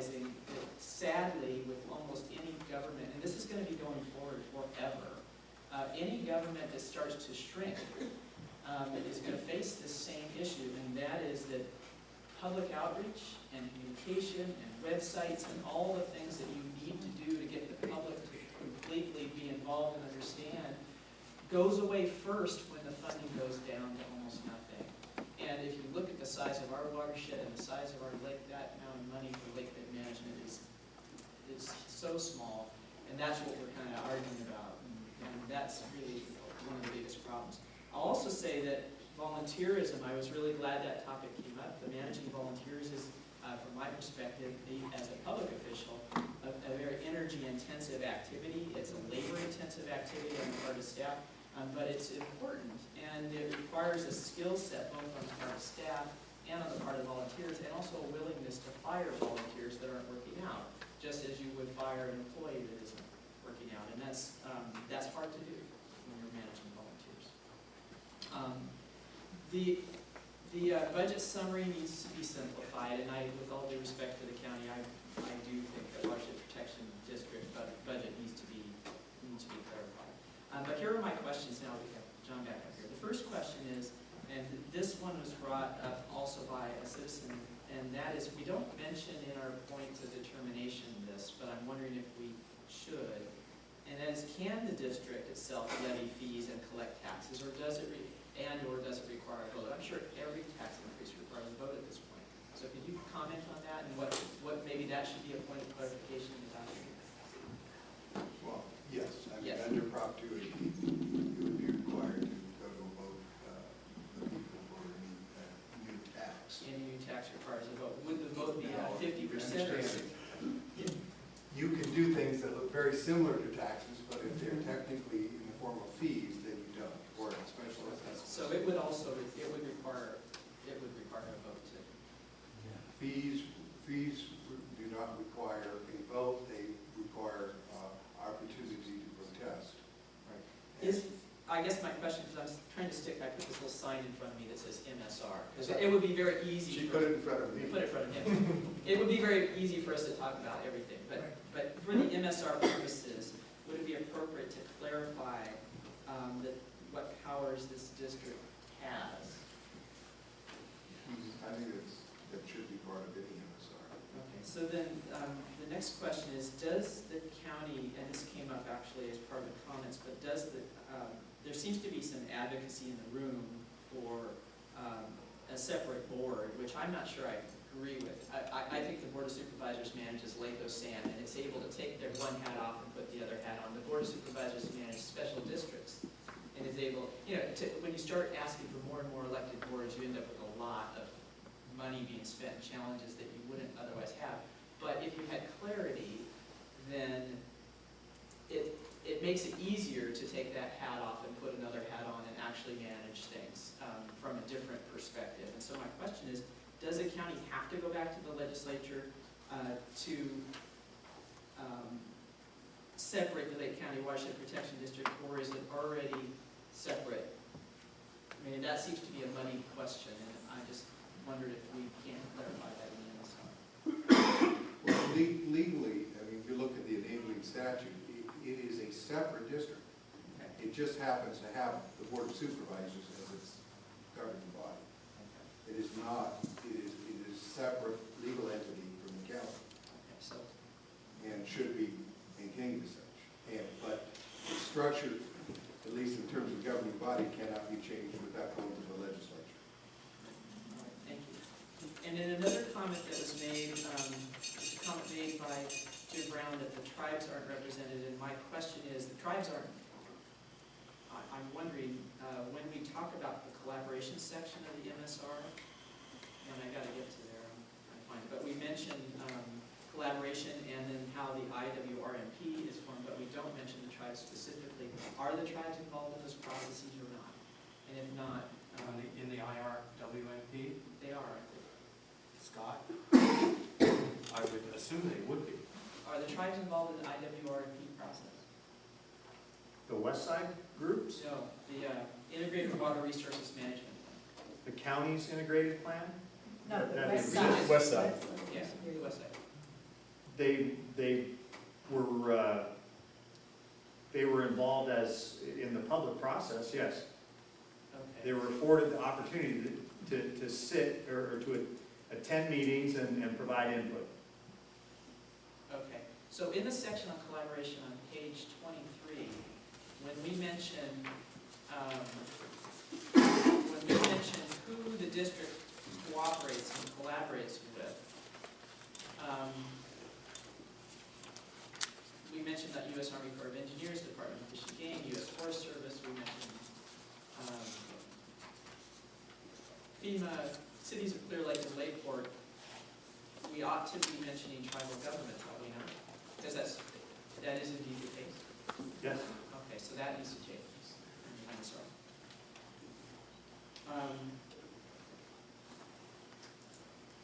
Then section 1, under growth and section 4, municipal service determinations, when we go into those 1.1, 1.2, 1.3. On 1.3, we mentioned land use planning, and that we're not directly responsible for land use planning. I guess this is more a statement to the public, and for those of you who want to make a difference in the county, particularly in the watershed, if I were to find the one place where the decisions are made that affect our watershed the most, is when we adopt a general plan and when we subdivide land. Those decisions and most of them were made starting with the first general plan back in the 60s. We are living with those decisions even still. We are living with those every day. And those are the decisions that nobody pays attention to. But those seem to have, as I trace it back, those seem to be the ones that have caused the most difficulty. Whether people are complaining about vineyards going in, or people are complaining about the kind of grading, etc. It is when the land is subdivided or taken out of certain kinds of zoning. And those entitlements, to get them back are almost impossible because you've got to buy them back. That's just a comment to the public. That's, if you want to make a difference, make sure you're paying attention to that process. And finally, I really appreciate the public comments on this MSR. I, for one, would like to spend some time with the comments that were made and see where they may be incorporated in here before we adopt it. That's just my personal opinion, but I'll go with the wishes of the commission on that. Go ahead. Mr. Chair, the adoption of the MSR is not on the agenda. It's just a consideration. Yeah. Anyone from the other commissions have comments? Discussion?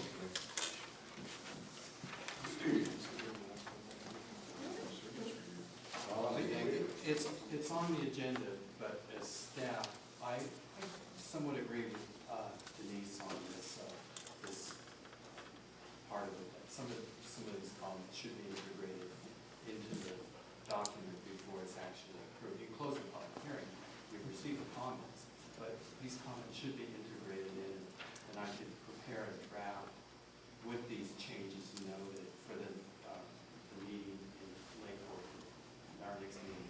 Well, and one of the things that I'd like to add that Betsy mentioned, she quoted at the end from the Office Management Budget, that little quote, planning, yes, that little quote would be a good quote to reference. I really think that's a valuable quote to have. Well, if it is the consensus of the commission to do as was suggested just now, to incorporate these comments and come back with a revised next meeting. Yeah, revised final. Would we need any kind of action or motion or anything? Well, first you have to decide, are you going to close the public hearing or continue? And then, I thought it closed. That's what we asked you before, was we Yes, please they asked continue me. the hearing. Oh, okay. If you're going to produce a new draft, aren't you going to have another public hearing on it? sure. Thank you. Then you could just continue this hearing, or you could simply allow public comment at the next hearing. Yeah, doesn't have any. Well, I think you'd be better off to continue this hearing, because this one was publicly noticed. As long as you set a date and time certain, you don't need to renotice. Okay, then I will reopen the public hearing and continue it to our next meeting.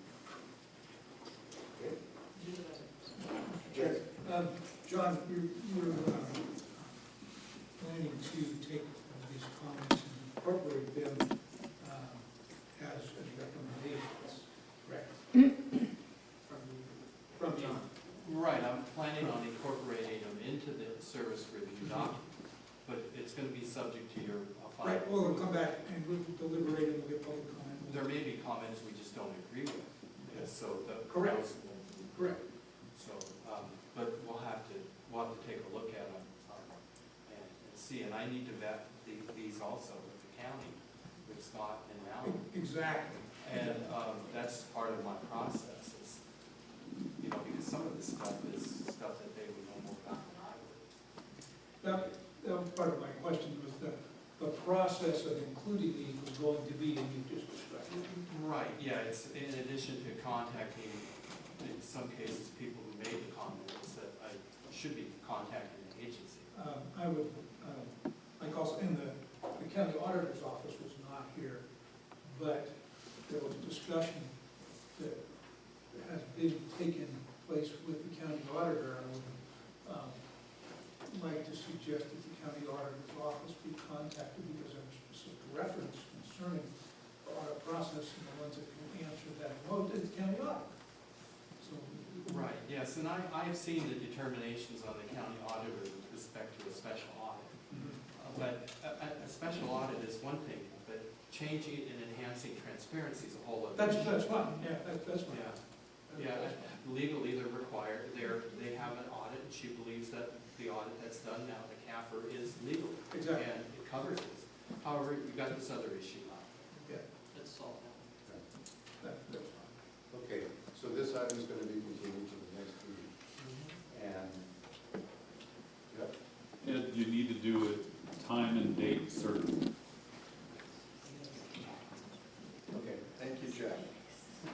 Okay, well, I'm trying to remember, I don't have the schedule of the meetings in front of me, but the next meeting is in July in Lakeport.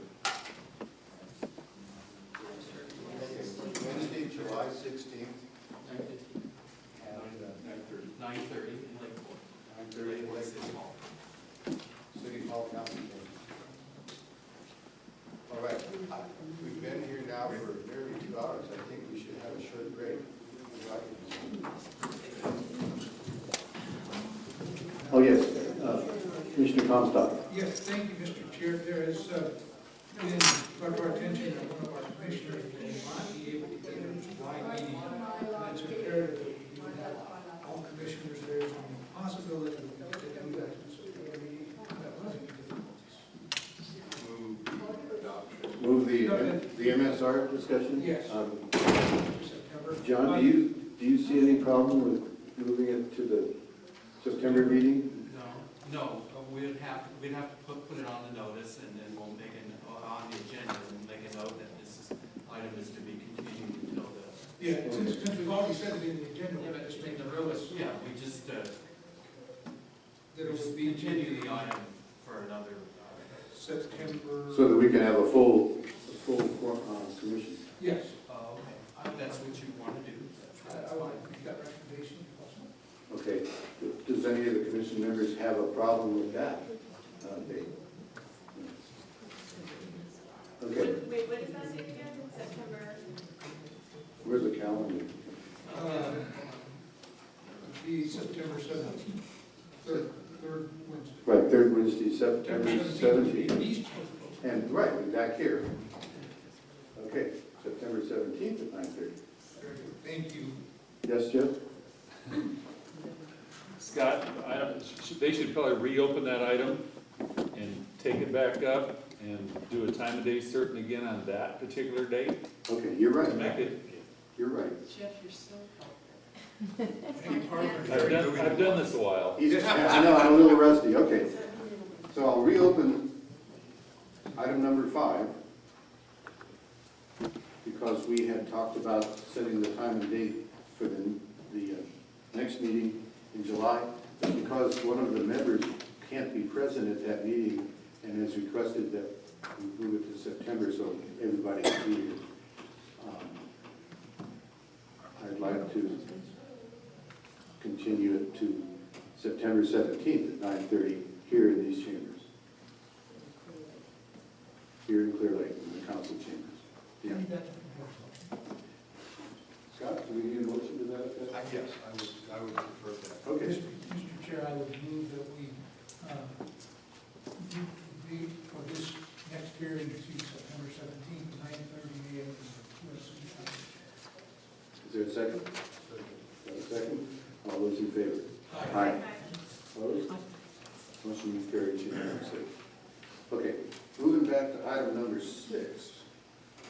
This has to do with the duck. John? I don't have much of a staff report. We've kind of taken this one up several times before, and this is to comply with SB 244 and to add policy into our LAFCO policies. We discussed this at the November meeting, and we agreed upon this language at that time. And at this time, I'd just like to move it forward to be included in our policies and procedures. Okay. This is a public hearing. I'd like to open it for public comment at this time. Anybody want to talk about ducks? Let's get our ducks in order here. Hearing only 2 quacks, I will close the public hearing and bring it back to the commission. Okay. The action that we're being asked to do is a resolution. It adds section to our policies and procedures to comply with state law.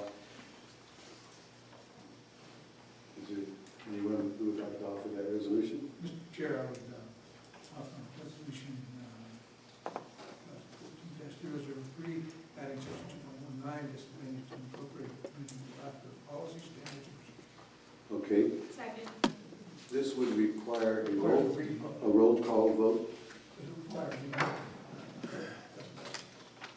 So would the clerk please call the roll?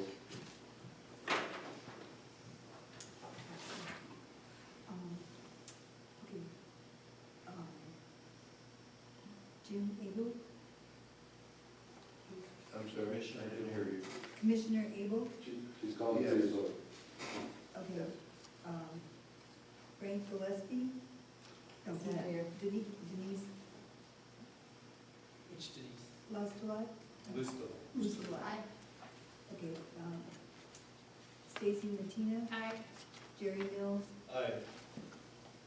Denise Rushing? Aye. Jim Constock? Aye. Ed Roby? Aye.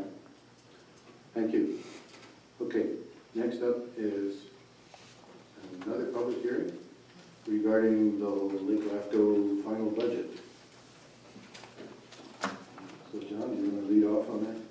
All right, I will. We discussed the LAFCO, the proposed budget 2 months ago, and since that time I've circulated this to all the districts. And I go through the report, and if you go through the report, you can see the changes or amendments to anything that we did from last month, and it was adding $5,000 to the general reserve, and that was the only change. So the total budget, if adopted, would be 100. The services and supplies budget would be $108,537, and the with the $10,000 contingency, $15,000 reserve, and the contributions from the cities, the county, and the special districts would be a total of $98,537. And if there's any questions, I can answer them at this time. Any questions from the commissioners? I'll just point out it's substantially less than the budget was in 2009. Yeah, it is. Okay, this is a public hearing. I'd like to open it now for public comment on the LAFCO budget.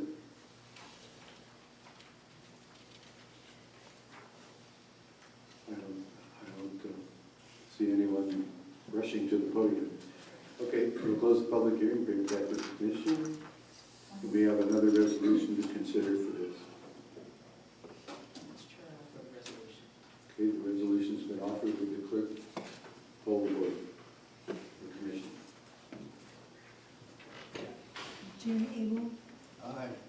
Comstock. Aye.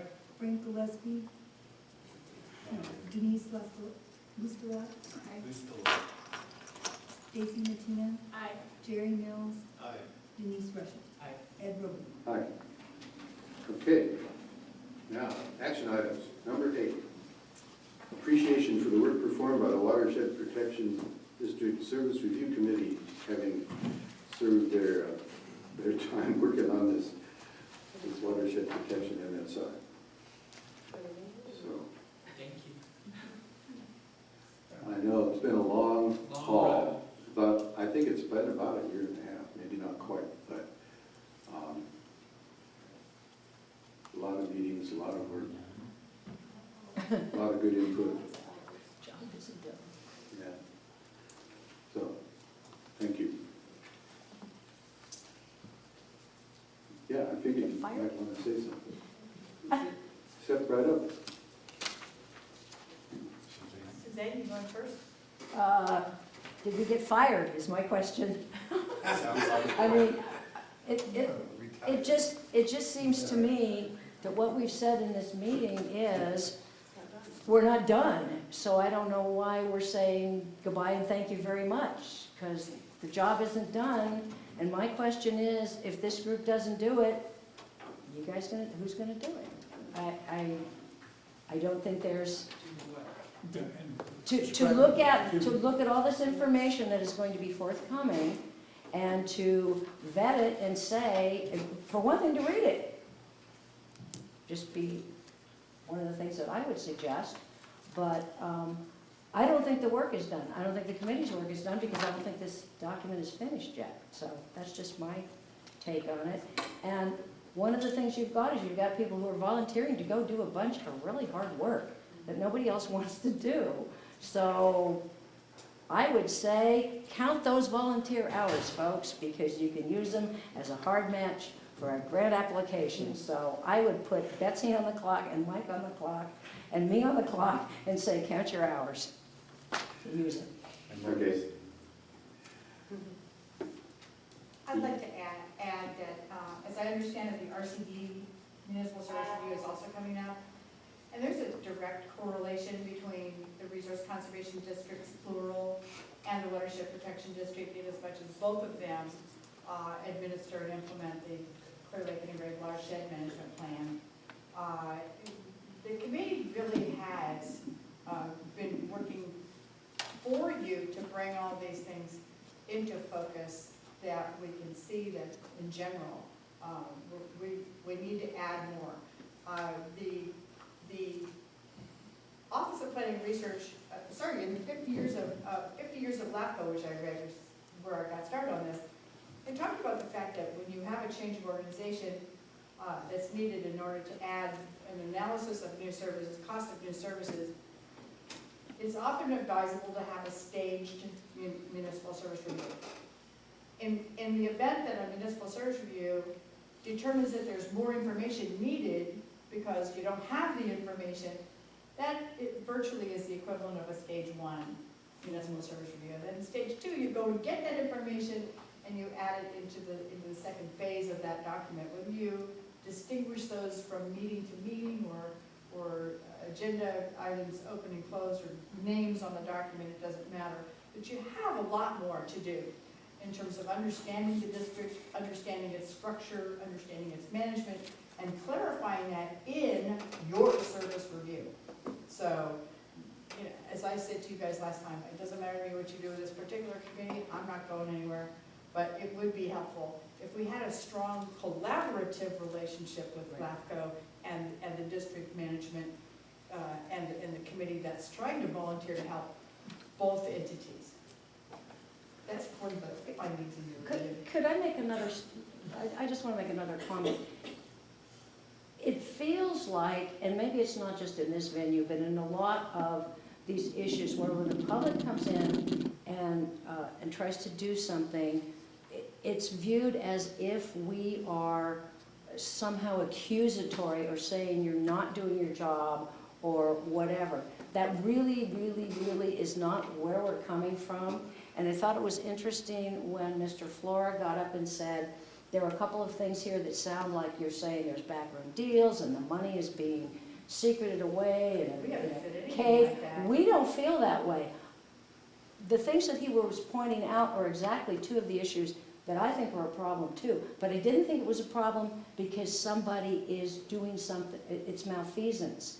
I don't think that's the problem. I think that what we need to look at is if you are just desperately trying to keep yourself afloat, that's the problem. And so I think that if there were a little bit more openness of going, we're not the bad guys, and I think that sometimes we sound like the bad guys because we've worked so hard to try to get the information that we're still in this badger mode or something of trying to dig. It should be easier to find out what we need to find out because we're just trying to clarify it so that things get better. That's all we're trying to do. Mike, you wanted to say something too? Yeah, I'd just like to say that I don't think we're done either. My general take is that the document that you need to consider adopting currently looks like the inside of a workers' comp lawyer's office. It's a stack of paper, and it all needs to be put together. There was a question that was addressed today that I'm not sure that I understood Scott's answer to it when he was asked if the Watershed Protection District would have to go back to the legislature to create itself as a standalone district with a separate board. And I'm not sure that we have the answer to that question. And that's a relevant question. I believe that the board of directors need to know the answer to that question, whether or not they have an intention of acting on it. And I think that this is the appropriate document to go out and find that answer for the board. So, are we done? I don't think so. Okay. Mark? Mr. Chair, I would offer that as far as action item number 8, I think we're off topic. And obviously we can't move on action item number 8 because we are not done yet approving a service review. And we're getting back into some of the MSR open meeting, public hearing, and some of those folks have left. So I think we're treading on dangerous ground, still discussing portions of the public hearing when it's been continued to another date. Well, We appreciate the thanks though. so I guess the real bottom line here is, does the commission feel that this committee's work is done or not?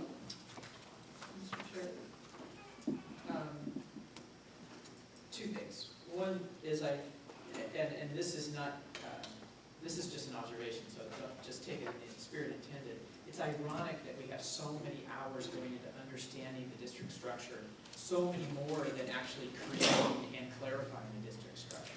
I mean, the district structure, basically Lake Bend Management's budget is $251,000, which is a drop in the bucket compared to the task that they have. And I think that if they were to implement even the recommendations in the draft report,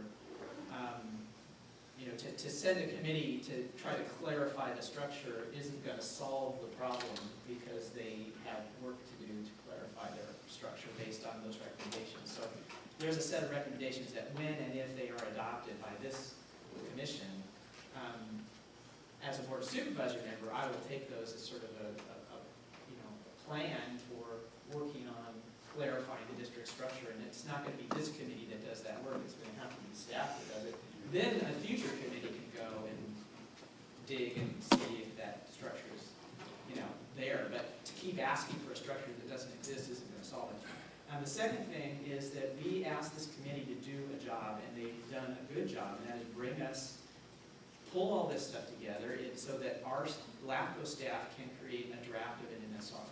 The question the board needs to ask now is, do we need the committee to continue to help staff flesh out that MSR further, or do we let the committee disband and become the public comments as to whether that MSR is adequate? So I think that's the choice at hand. And for my part, I would be okay with waiting until next meeting to actually address disbanding the committee. But I don't see what work tasks we're going to hand them, other than maybe creating the diagram that Eva wanted. Yes. maybe that diagram would be a good, if you can come up with that diagram between now and the next meeting, that might be helpful. But I don't think they can. I think that there's enough issue identified in the MSR itself around structure that to draw that diagram is going to be a bit difficult until some of that clarity. Right, and I just want to, I was struck by the comment you made earlier during the public hearing about how you, as chairman of the board, are waiting for this MSR to be adopted so that you can take it before the board of supervisors and start trying to act on some of these recommendations. So to keep pushing things off and off and off.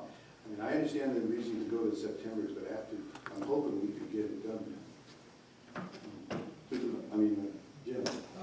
Thank you, Mr. Chair, and Denise, thank you very much for your comments. And I want to express my appreciation. Whether I agree or disagree with what the committee has done is irrelevant. You were charged to do a job, and you've done the job. And you presented an enormous amount of information. It's now time for staff in this group to move forward with that. So I would think at this point, so we can move forward, that we need to say thank you and disband the committee at this point. The next time we have an issue, we'll reform our committee. I don't believe we need to have a long-standing committee. There's enough to do. It's going to take a whole lot longer than September to get it done. And as Denise had said, we happen to be sitting as LAFCO commissioners, and then we'll, when this is done, the board of supervisors take that. And that's our job. And we need to be able to get at that. I would ask John, though, if there are tasks at hand that he feels the committee needs to take on between now and the revisal of the draft. Between now and September. The one item would be is to prepare some comments on the comments and bounce them by the committee as well as the county. That would be the one step. I sure would love to see some sort of a matrix, but I think that could take a decade to produce. And getting the information might be very difficult to do that. It has to be created as part of the problem. But even though it would be nice to dissolve the committee, their task is not done until the MSR is adopted. Don't you agree? I mean, it has to be adopted. That would be the only thing, and that would be, the bulk of the work is done. And what I can see from today's hearing is that there's the light at the end of the tunnel of this long MSR process. That would be the only thing. But really, it's up to you. I got their names and addresses, and I know where they're at. They know where we live. They live on that street. Where they live. Hold on. Where they live. Supervisor Smith's got a comment. I agree with John 100%. You know what, when this is done and we've adopted this, that's when the committee's done. That's the way I see it. Because of the fact there are things that are gonna come up, there's questions and stuff that they have the answers to, that it only makes sense that, this is on the agenda today because you thought you were maybe gonna adopt this today. Okay. It didn't get adopted today, it's carried over to the 17th. Well, It only makes sense to carry it over that far. If there's consensus on the commission, then to continue this item to the meeting in September, along with the MSR, then Mr. Chair, I ask for a motion to do it. I'll move, but what I'd like to suggest is this, and that is that usually you keep a committee with a task. The first task of producing the draft MSR has been delivered to the commission, so I would say that the task at hand is to support staff's Q&A, what staff needs in order to produce that second draft. So that, I would move that we postpone this agenda item till September, and we keep the committee intact to support the production of the second draft of the MSR. Second comment. Okay. Yes, go ahead. That I would totally support that. There is, delineate the specific tasks remaining. Pardon me? You delineate the specific tasks remaining for the committee. Providing information might be. Providing information. Correct. Might be, clarifying their comments might be too. Clarifying Yeah. some of the comments received by the county and by the committee, Okay. or others, members of the public. All right. We've developed a comment file, again, with a series of responses and an amended, a second revised draft. Okay. It's almost noon, and I am hoping, and I know some of the commissioners have other things they need to do, so I'm hoping we can keep this moving quickly here. Go ahead. To be clear, I think I can speak for the entire committee, we just want to finish the draft, okay? And we may, almost guarantee, some of us will disagree with certain elements that are left out of the draft or are put into the draft. And our ability to argue those as individuals will come at a later time. That's not the issue. The issue here is to consolidate the information, get the pieces that are missing, and put it into a cogent document that you all can act on. Understood. That isn't Water Street.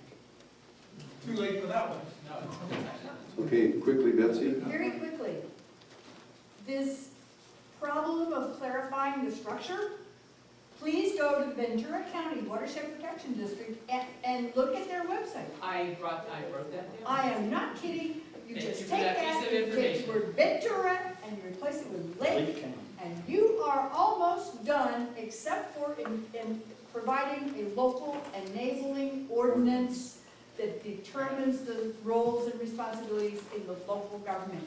That's your 4 ordinances. You can do a local enabling ordinance, make your website, it's there. Okay, thank you. Please. Yeah, we have a motion and a second before us. Thank you. All those in favor? Aye. Opposed? Okay, we'll continue this item. Moving along. Number 9, discussion of the Cal LAFCO Annual Conference in Berkeley. All right, what I did was I'm handing out a matrix here to all the commissioners and others. And this is a little history of the Cortez-Knox Act, or the Knox-Nisbet Act, or Boundary Commission, whatever we had in California, from its inception. And so the thing is here is you've got 3 dinosaurs sitting in the room, 4 actually. The 3 of us, we've been here ever since, I think it was before the Cortez-Knox Act in 1985 doing LAFCO. So anyway, we all got dinosaurs. I should have had them bring their dinosaurs also. So what this matrix does is the 50 years of LAFCO document. That document there, this kind of goes parallel. This is how we process things, and what's frustrating to me is to go back to something that was processed in 1965 in Lake LAFCO and see, well, why didn't they do it that way? Well, you look here, and that's not the way it was done. So things have changed, and this is just the nutshell of how things have changed. The conference, let me say one thing about it in the essence of time, is it was mixed up this year. It was a lot different. We had some personal development training. We had some, Scott did a great panel on, I guess, the perils of being a LAFCO officer. It was called, Is It Getting Hot in Here? And it was about how to be true to Cortez-Knox Hertzberg and hopefully keep your job. And what was interesting was there was a panel with 4 executive officers with a terrible LAFCO annexation, and how the 4 executive officers did staff reports and how different they all were. Some recommend approval, some recommend denial, and I found that very interesting. So it really says, who's your executive officer? This is kind of the recommendation you're going to get. So that was the lesson to be learned. It was, as I said, it was a mixed bag, and because of that, because it was different, it was interesting. And I didn't fall asleep during any of the sessions this time because of that. One interesting thing that came up in the attorney's session is that in Shasta County, Shasta LAFCO has been sued for failure to do MSRs. Shasta LAFCO asked the court to dismiss the suit on the grounds that Cortese Knox says the time limits are directory rather than mandatory, so therefore, even though we haven't done our MSRs, not even the first set in Shasta County, there's no legally enforceable obligation to do them. The trial court has issued a ruling saying, no, I'm not going to dismiss. I think the public has a right to enforce your obligation to do MSRs. When the legislature used the word shall, it has some meaning. And so basically, we have some indication from the courts of what we've, of course, been telling you all the way along, which is that if we don't do the MSRs, the public can sue you to force you to do what is your statutory duty. And I'm sure the next shoe to drop in Shasta County will be a very large attorney's fee motion against LAFCO. Okay. And LAFCO has a ton of money, I'm sure. I might add, they have it coming to them too. Okay. But that's my editorial. That's all I want to talk about because of time. Okay, next is you. We want to give our appreciation Yeah, I to Laura. appreciate Laura, who's helped with doing LAFCO and services since November 2001. And she started doing this about the time I did. And I really miss her. And Christy's my interim. And so the purpose of this agenda item is, boy, if any of you know anybody who wants to do LAFCO minutes every other month in Clear Lake and Lakeport, please let me know.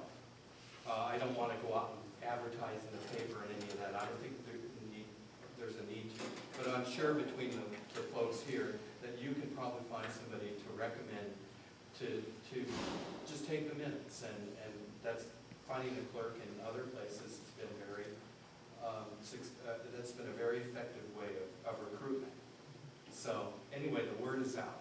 And that goes for you too, if any of you know of anyone. I'm not volunteering. Does it pay more than minimum wage? Yeah, it pays more than minimum wage. Sorry, my wife for 25 years can't read my handwriting. Maybe there's a good reason. So I guess you're not applying mine. Not really applying. Okay. So anyway, that's what that is.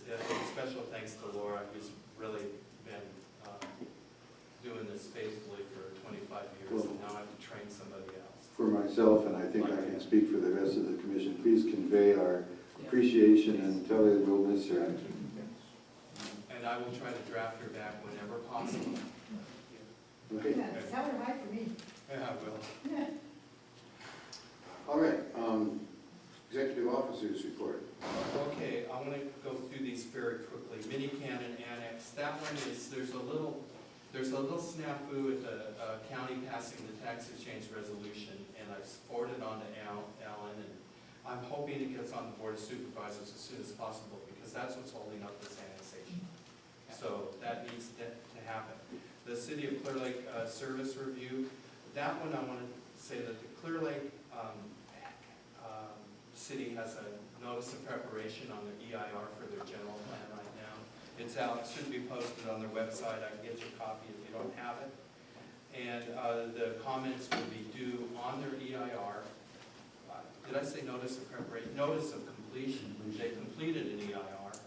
And comments, they were looking for comments, so I would encourage you to make comments on this document. And I believe they're having a public hearing on that this coming Saturday, is that correct? Yes, we are, Saturday.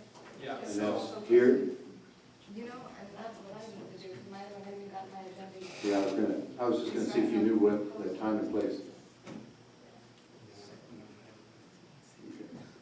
Well, Our city manager was out of the office until yesterday. okay. Well, if you're interested, ask them up at the front desk, because it's gonna be around here somewhere. The EIR On Saturday morning. Most likely it will be here in this room. Yeah, most likely. And most likely it'll be at 9 o'clock, but It's definitely gonna be on our website. all right. Yeah, there's no specific time noted on the notice for the EIR. But I think that this is important. We looked at other EIRs. We should be looking at this one too. Very much so. Yeah. I met with the Fire Chiefs Association on their service review, and some of their concerns are, we'll talk more about them when we get to this is 201 rights with ambulance service is a big issue for them, because in this county, there's like 19 ambulances between them. If it were to go private, that you might get 3 or 4.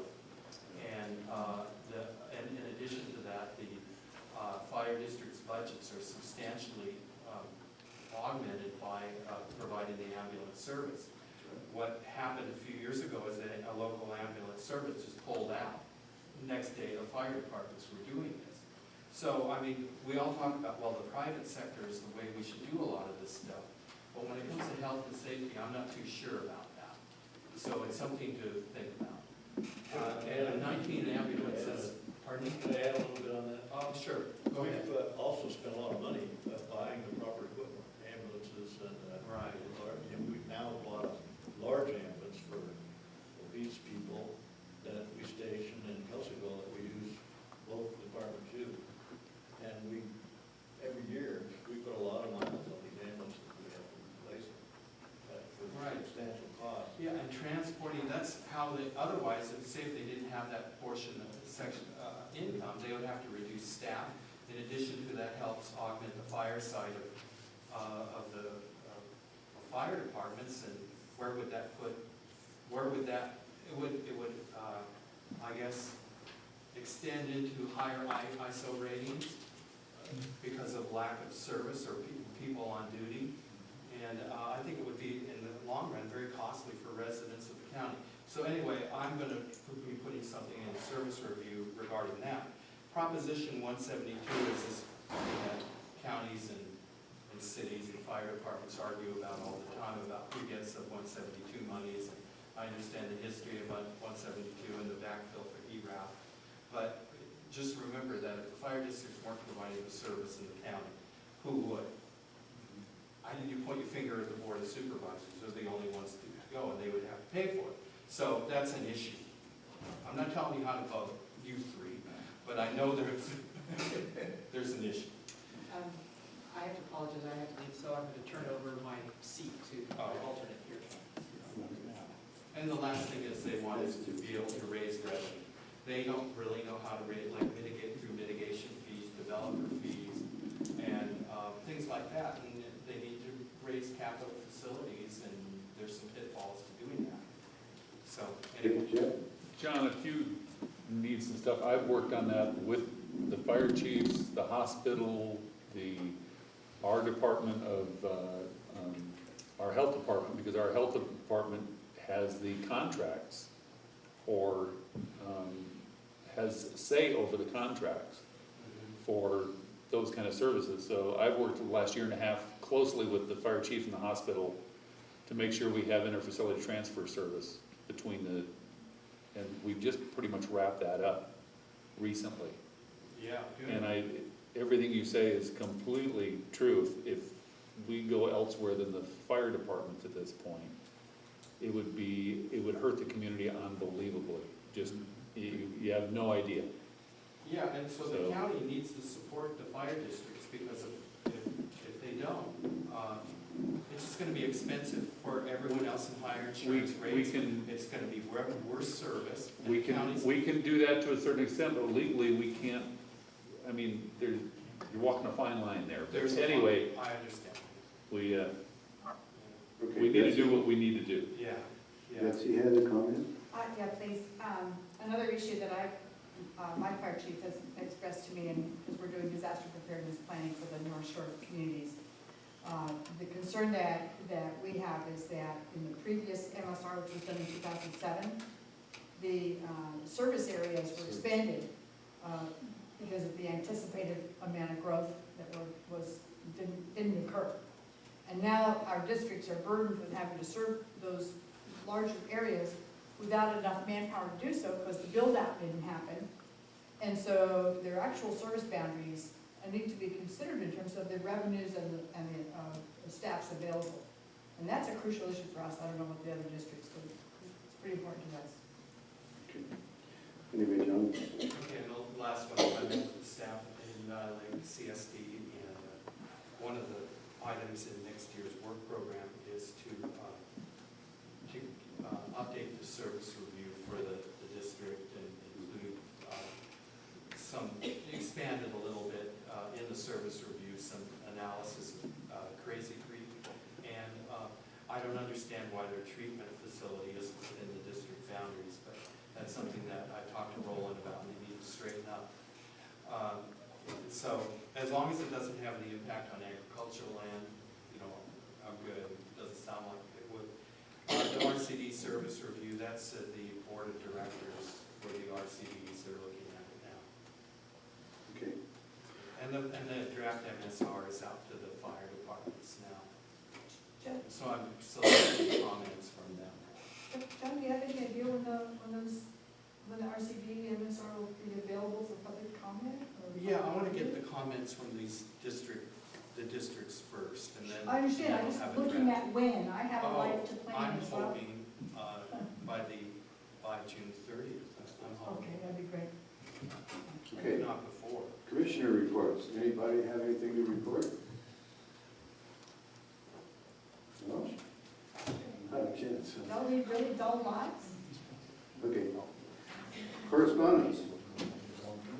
City of Clearlake certificate of completion needs to look at the EIR. Okay. Well then, there being no further business, we'll adjourn this meeting. Our next meeting will be Wednesday, July 16th,